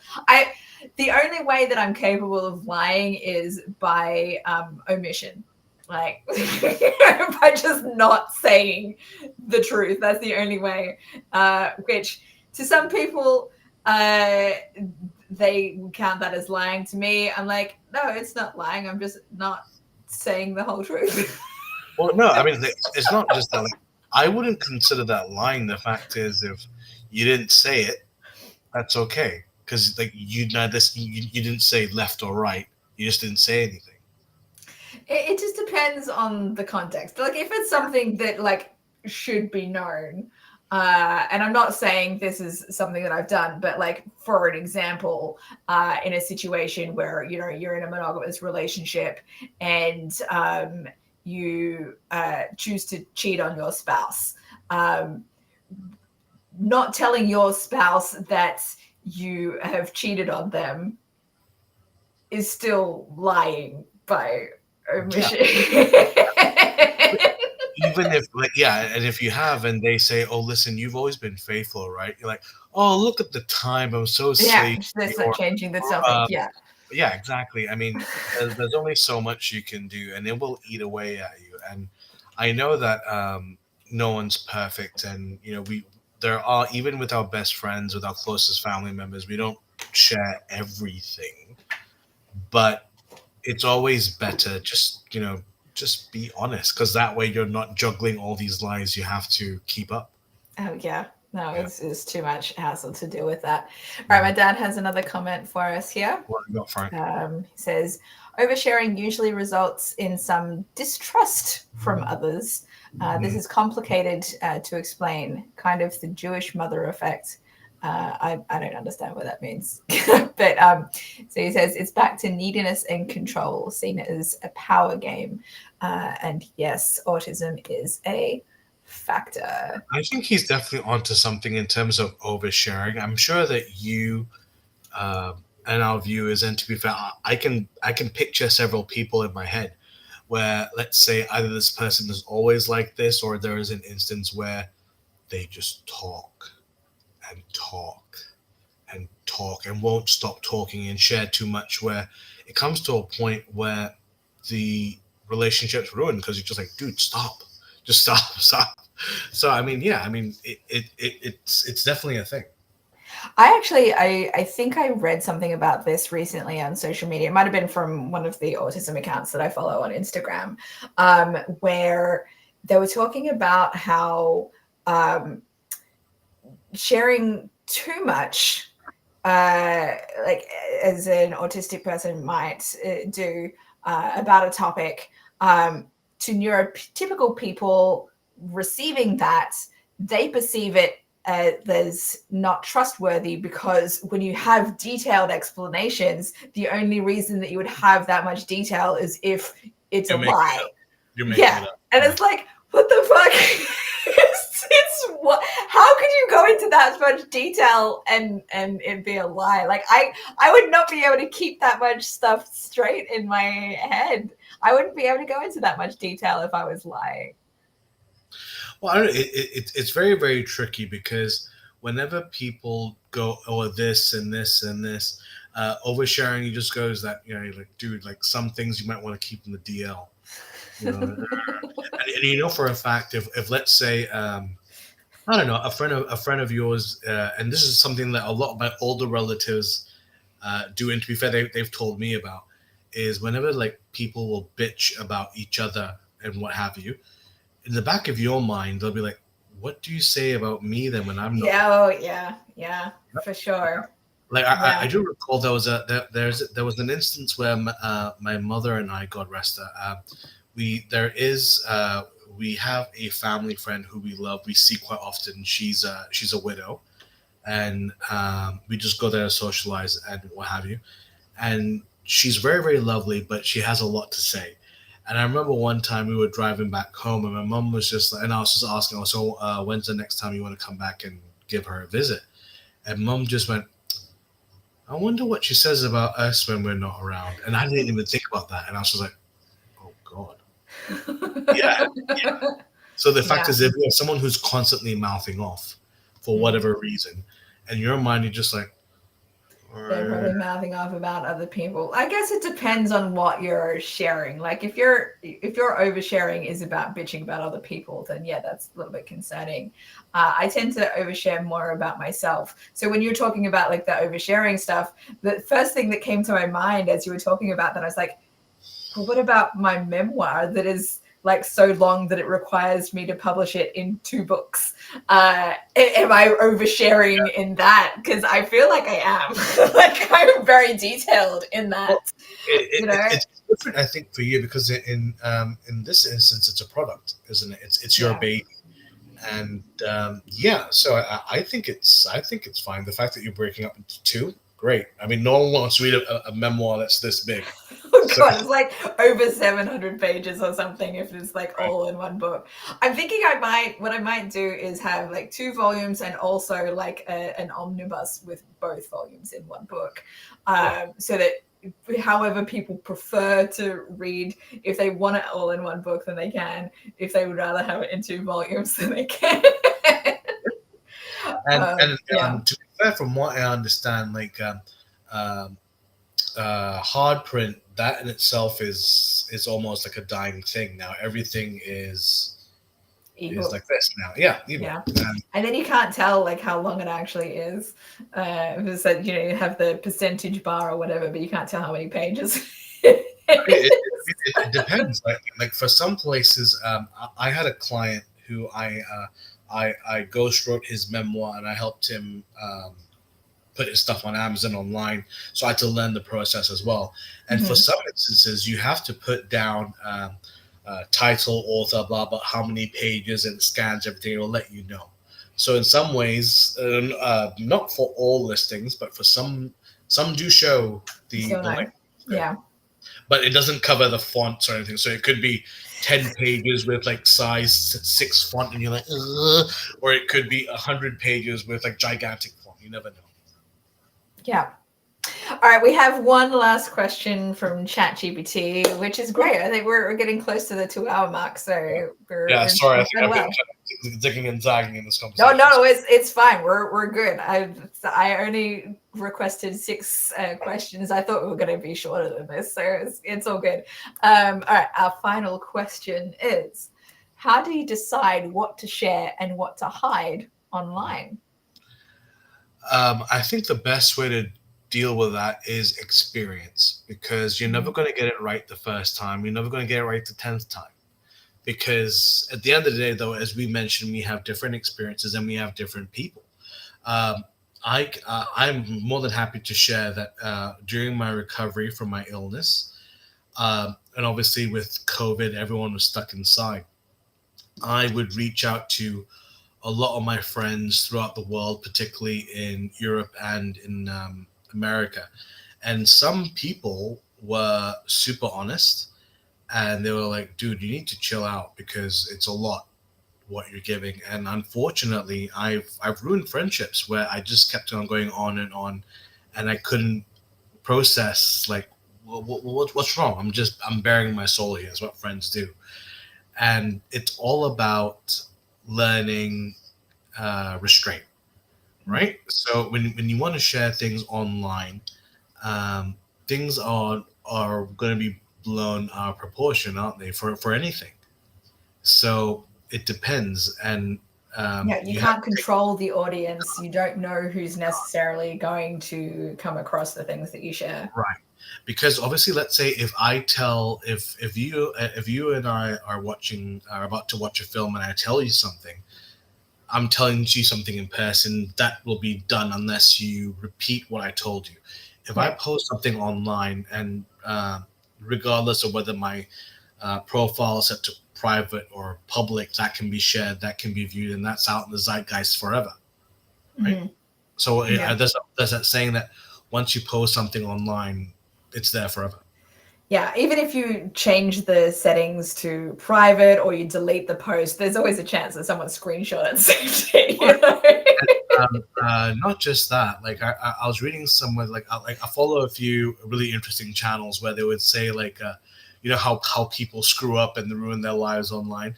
There's a thing called the Wayback Machine, which I don't know what. Mhm. Oh, Yeah, yeah. right. Yeah. So even if you delete something, it's never really gone. Yeah. I mean, the Wayback Machine can't capture anything that is behind like password protection and stuff. But anything that has ever been public is has there's a chance that that is on the Wayback Machine for sure. So that's the thing. So one thing I have to like share with our audience is restraints is very very cool. Don't make it to a point where you have to hide something. Make a point of whether you should be posting something. Yeah. Yeah. Yeah. I think for me, my experience, I've gone back and forth on what has been okay for me to share and what hasn't. Especially when it's come to like relationships, romantic relationships, because I've definitely been with people who have wanted things to be more private, and that has felt restrictive to me because I'm a sharer and I want to be more honest about my experiences and things, right? Um, so sometimes it's a balance. And other times it's like, well, I want to share my experience with this and I have to be conscious. Other times it's like, well, I've gone through a breakup and I don't want like my ex to see how I'm reacting about this thing, so I'm just not going to post about it, And then other times I'm like, you know what? I don't care if he comes across it like this is not for him. This is for me. Yeah, I think that's kind of how I've been posting about some things on Instagram recently. Like I might have referenced my relationship with the ex that I write about in my memoir, the primary ex that I write about in my memoir. And I'm like, I know it's possible that he might come across the things that I share, but it's not for him.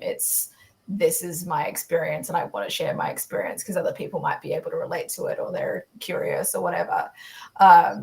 Anything that sparks a thought that gets me thinking deeply about things, I feel like those are the kinds of things that a lot of people connect with more. And I try to share more of that sort of thing, even if I don't get the reactions for it, because my experience has been that I do have those people who are privately paying attention, but they don't want to share their experience with me, but they relate or connect to whatever it is that I'm sharing.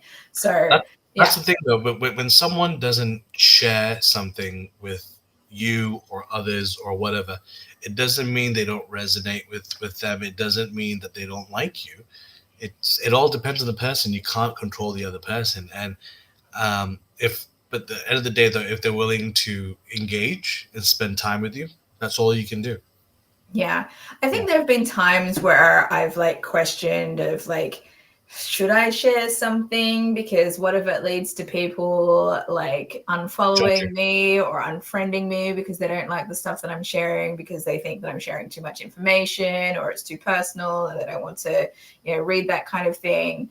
But at the end of the day, what I share is more for myself than it is for other people. And if people resonate with it, great. If they don't, then it's their choice what they decide to do with that, whether they want to unfollow or, mute me or whatever, like I've muted people on Instagram that I like, but I have muted them because I don't want to risk seeing them share content that where they're in stuff with my ex, for example. I was like, nope.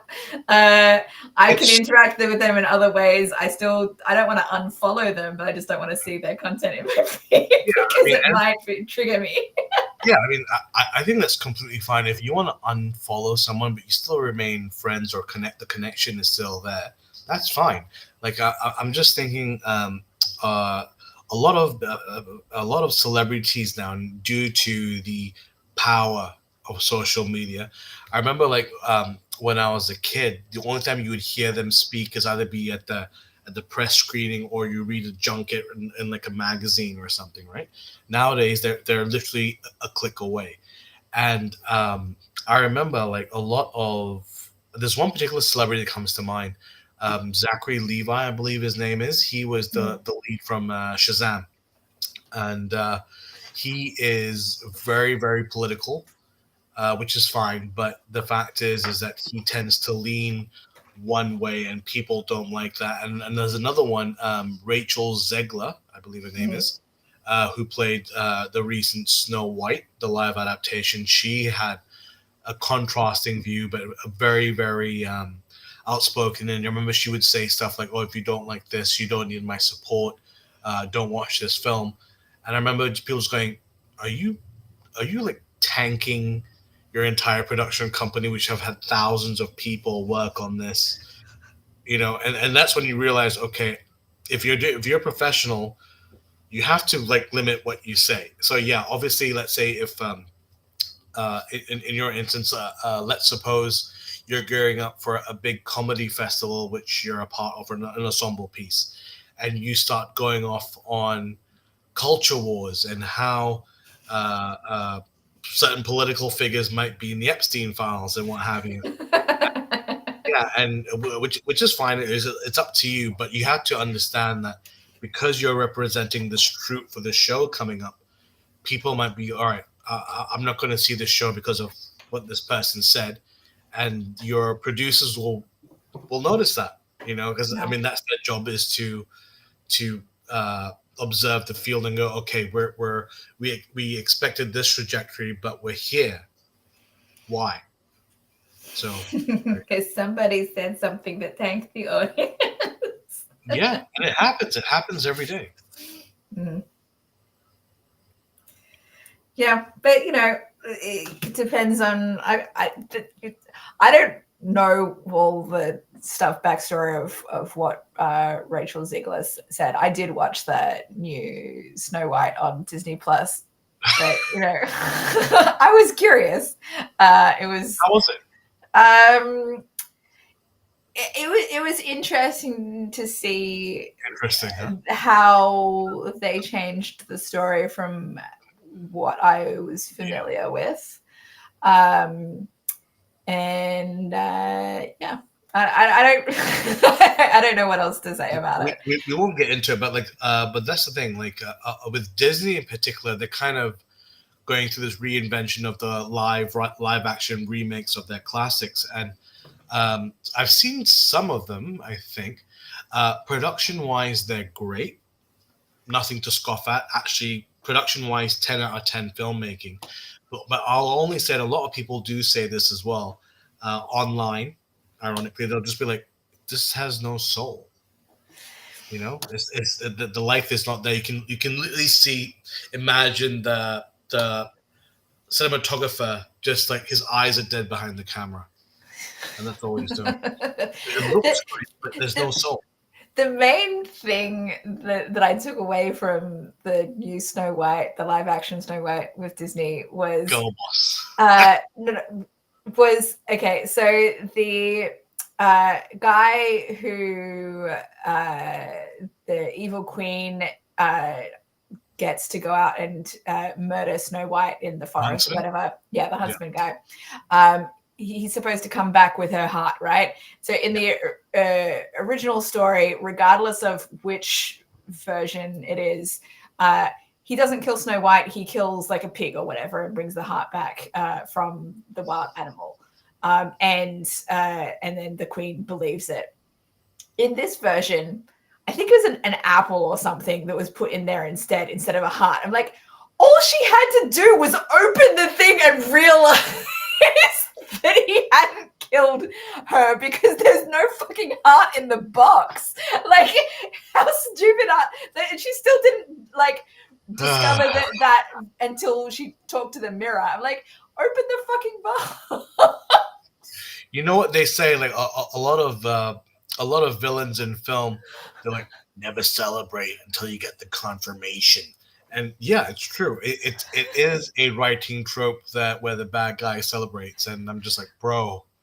It's like I remember like it's in I rewatched Austin Powers recently, and there's a film where they it's the bit where they've Dr. Evil's got Austin trapped with the sharks, and he's like, "Goodbye, Mr. Powers," and he turns off the camera, and then Scott, his son, just goes, "I have a gun in my room. I will go and shoot him in the face right now." And Dr. Evil's like, "Scott, look, okay, I don't need to do that. I'm fine. He's dead. It's okay." Why it sounds like Trump, but like he's like, Scott, throw me a freaking bone here, man. Like we don't do that, and I'm just like, why don't you? Yeah, just go in there, put in 2 bullets, and it's done. But Yeah. that's the thing. They just like they never confirm, which is fun. I totally forgot about the son character. Was he played by Seth Green? Yes, he was. Wow, my God. I need to rewatch those films. I have them on DVD. It's just been forever. You should rewatch it. I rewatched the original a few days ago, and it still holds up. I have so many things to watch. Like my stack of DVDs that I've borrowed from the library is like, I don't know, over 20 right now, I think. And I need to get through them. And I stop watching them before you get those late fees. No, the Oakland Library has no late fees. It's great. So as long as I'm watching the ones that come from other libraries before those are due back, which I am, is fine. So it's all good. Like there are auto renewals and stuff, so I'm not concerned at all. As long as you're right. I get through the stuff that I will not be able to renew first. Yeah. So, for example, I need to watch The Omen soon because that's due back in 3 days, and I can't renew it because somebody else has requested it. The original or the original one? Yeah. Nice. Yeah. Watch it. Yeah. I accidentally requested both of them from the library, so I have them both checked out right now. But I only intended to watch the original one. Well, I mean, if you can. Try to get the original trilogy, I believe, because I think without spoiling, do you know the premise of The Omen? Yeah. Okay, so and it covers the specific character in different stages in their lives. Mm-hmm. So if you can watch them, because obviously they're portrayed by different actors and whatever, and they're in different parts of their life and everything. It's interesting. If you can watch the entire trilogy, the original trilogy, go for it. That's good. Right, I'll see what I can get through. All right, we've done with our questions now, but my dad has left us a few more comments, so I'll bring those up before we end. All right, my dad says the need to connect and be liked can cause oversharing. Yeah. Comes off as neediness. I like the point about talking about others that you both pointed out. I think you might have... There's a continuation on that. Oh no, okay, never mind. Do you have any thoughts? Yeah, I this is something that bothers me sometimes. Like what comes off as neediness to some people isn't actually neediness. It's just like they're projecting their own feelings about like they wouldn't behave in that way because they feel like if they did, then it would be them being needy, I think. It's tricky.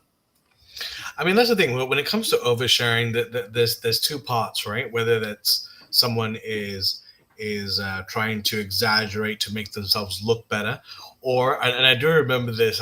It still haunts me.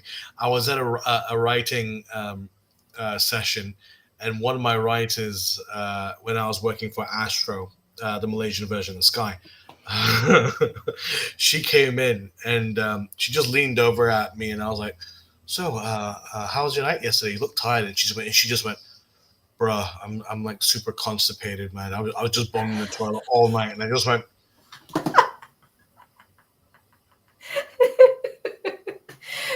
It's like that video that I shared with, and that was you I shared it with, right? There's a guy who sings songs that are like DMs on Tinder or whatever. Yeah. Someone was like, "Oh, what does that ass do?" Yeah. What does an ass do, man? Takes giant shits. What the confidence of somebody to respond like that is just must be through the roof, right? But yeah, so like it's really funny. So like when it comes to, I remember like when she said that, I was just like, not how I wanted to start off my Tuesday, but okay. So I just thought, okay, so when in doubt, don't ask her how she's doing. Yeah. Just... I think I don't know. I think to avoid it coming across as neediness, oversharing after you've processed the situation and come to a conclusion means that it's less likely to come across as neediness, because it's like, here's the thing that I went through, here's the conclusion to it. I don't need you to help me solve the problem. I'm just like sharing my experience. I feel like that kind of situation would be less needy. Or another thing is, if let's say if you prompt the conversation, right? If you go, oh, listen, so how was dinner last night? And then the person tells you, okay. Or compared to, let's say you guys go, all right, how's your day? And then like you're just doing your thing that goes, oh, so this happened last night, right? And then this happened. And so there's a piece of curiosity where you're asking for the details first. Yeah. Yeah. So yeah, it's definitely two different kinds. For sure. All right. My dad's next comment says, the last question is hard. I like what Sharad is saying. Access to feedback is important. Good comedians' ability to read the room. Different audiences need different things. Yeah, I feel like that for sure. Like, I feel like what I share on different social media platforms is received differently. So that's why I don't share the same things on Facebook as what I share on Instagram as much as I used to. I used to cross-post everything from my Instagram to Facebook, and now I don't. And even though my Facebook audience is much higher, like I said, I've got over 1,000 friends on Facebook. I think it's only a subset of those people who actually see me in their feeds. But because that's such a more diverse people that I'm connected with as well, it impacts what I feel like I can share. And then that's one of the reasons why I have a filter that I use most of the time. So like my dad's not even on the filter that I use, so he doesn't see most of my Facebook posts. Get Frank on there. Sorry, Dad. But I don't post that often anyway, so it's not that big of a deal. You don't. Anymore. So, and he sees all my Instagram posts, so it's all good. It's all good. All right, next comment from my dad. He says, yes, my followers seem to be growing and must get something. At the same time, some are just catfishing. Yeah. Yeah. My dad's at the age where he's more likely to get those catfishing trolls and stuff. Yeah. You gotta be careful. So at least my dad is a little bit more cautious to that sort of thing. He's like, that seems a little bit sus. Like anytime it's like, oh, there's a pretty woman trying to befriend you there. Yeah. Especially just like a young thing. But I think those ones are like they're just trying to get money out of you. My dad hasn't got anything to get from him anyway, so it's pointless. Every time I get a friend request from that, I'm like, oh boy, you're an Indian dude from a call center, aren't you? So yeah. I do see like some of my audience, so Instagram allows you, if you have a business account, you can see what the makeup of your audience is. So I do have a certain percentage of I think Nigeria and India followers. And I'm like, those are probably scam accounts or something. Like, I don't know why else I'd have. Whatever. Maybe that's racist of me. I don't know. Maybe there's another reason for it. It's on the internet forever. So. All right. Yep. That's right. All right. My dad's next comment says, another point, trolls using control dramas gain temporary satisfaction, but quickly fades. It gets addictive for them because of the chemical high behind mischief making. Yeah. I think that's the dopamine rush of like, somebody is reacting to me. I have a notification. Even if it's a notification of someone being mean to me. Dopamine rush. Woohoo. I mean, it's not just that, but like what Frank was saying about mischief making and addiction, for example. Why, do you think this goes back through time? If you watch the news, for example, really sad, devastating stories are headline news. Yeah. Good news where, so-and-so's dog dressed up like Superman and he helped out with this young kid. That's not exactly going to be front page news, is it? Because we need those negative things to get the attention. The stimulus. Yeah.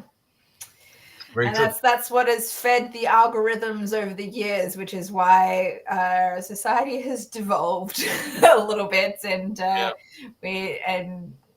this, again, one of the reasons why I decided to start this podcast series or live stream series, because I want to have more of those positive interactions where we're discussing more details of things to get people feel more human again, and not Something that I just think we're lacking negativity. nowadays. Yeah, absolutely. Yeah. All right, my dad's next comment, he says, LOL, telling toileting information is reverting to early toilet training and parents asking for data. Good girl, you did a big poo poo by yourself. Yeah. The only person that I will ask about that sort of thing is when I'm joking with my sister. I think I brought this up on stream before. I was like, yeah, and it's obviously been a long time since this has happened, because I haven't seen my sister in person in over 11 years now. But there were times where I'm just like, after she'd been in the bathroom for a while, I'd just be like, did you do poos? You poo. Yeah. I mean, that's the thing. It's harmless, childish fun, right? I remember like a friend of mine. We were at a pub in Hull, in England, and he was like, "Oh, I'm not feeling so good. I'm going to use the bathroom." I'm like, "All right, cool. I'll get the rounds in."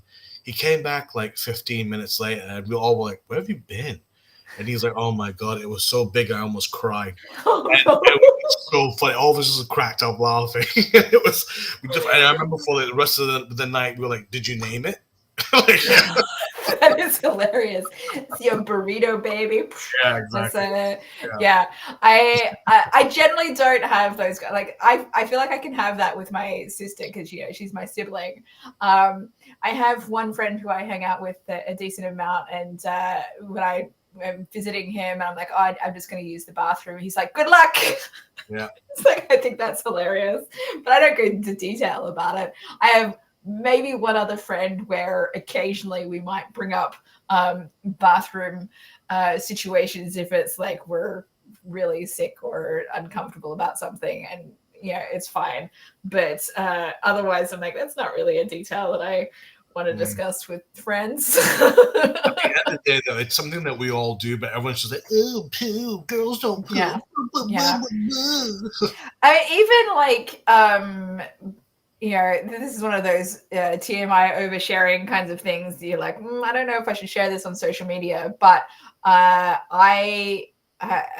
think this came up in my Facebook memories not that long ago, but I shared something that was kind of related to thinking I had hit perimenopause, and I had a bunch of women respond, like appreciating that I was sharing, and they shared their experiences with it to help like validate my own experience. And then I also had a guy respond, and he was just like commenting to say, hey, I appreciate that you are sharing this to make it like, reduce the stigma of sharing, this kind of thing. So yeah, that was also, it's okay to overshare sometimes, and sometimes people do appreciate it, even if it makes other people uncomfortable. They can scroll on by if they don't want to read it. I usually give a TMI warning in advance. Like, this might not be a topic that you want to read about. That's the thing, yeah. If you prefix something, then that's on that person whether they get offended or not, right? Because you've warned them. So that's right, exactly. My dad also says, what I share is enough. He doesn't worry about being filtered out of my posts on Facebook. Good guy, Frank. It's all good. It's all good. And then his final comment, he says, research control dramas for another program. Another topic for, okay, we'll do control dramas for a future topic. Why not? Sounds good. I'm thinking next week, the topic I'm thinking about doing is transitional periods or life transitions. As I think that would be an interesting topic to discuss, considering I've been through so many life transitions with relocation and marriage, divorce, like all those kinds of things. that's the kind of thing I mean with life transitions. I think it'll be an interesting topic to discuss probably next week. And yeah, we're done with this episode. Thank you so much, Sharad. Thank you so much for having me. Thank you so much. This is a great topic. I think we had a good time. I was very, very interested in this. Yeah, and this topic was suggested by ChatGPT. So sometimes it comes up with some good ideas. Sometimes I come up with my own. Sometimes I use the suggestions that I get from ChatGPT. But if you were watching this show after the fact, thank you so much. I would love to hear your feedback and comments. Feel free to drop those for us. I do read them. And sometimes I respond if there's something for me to respond to.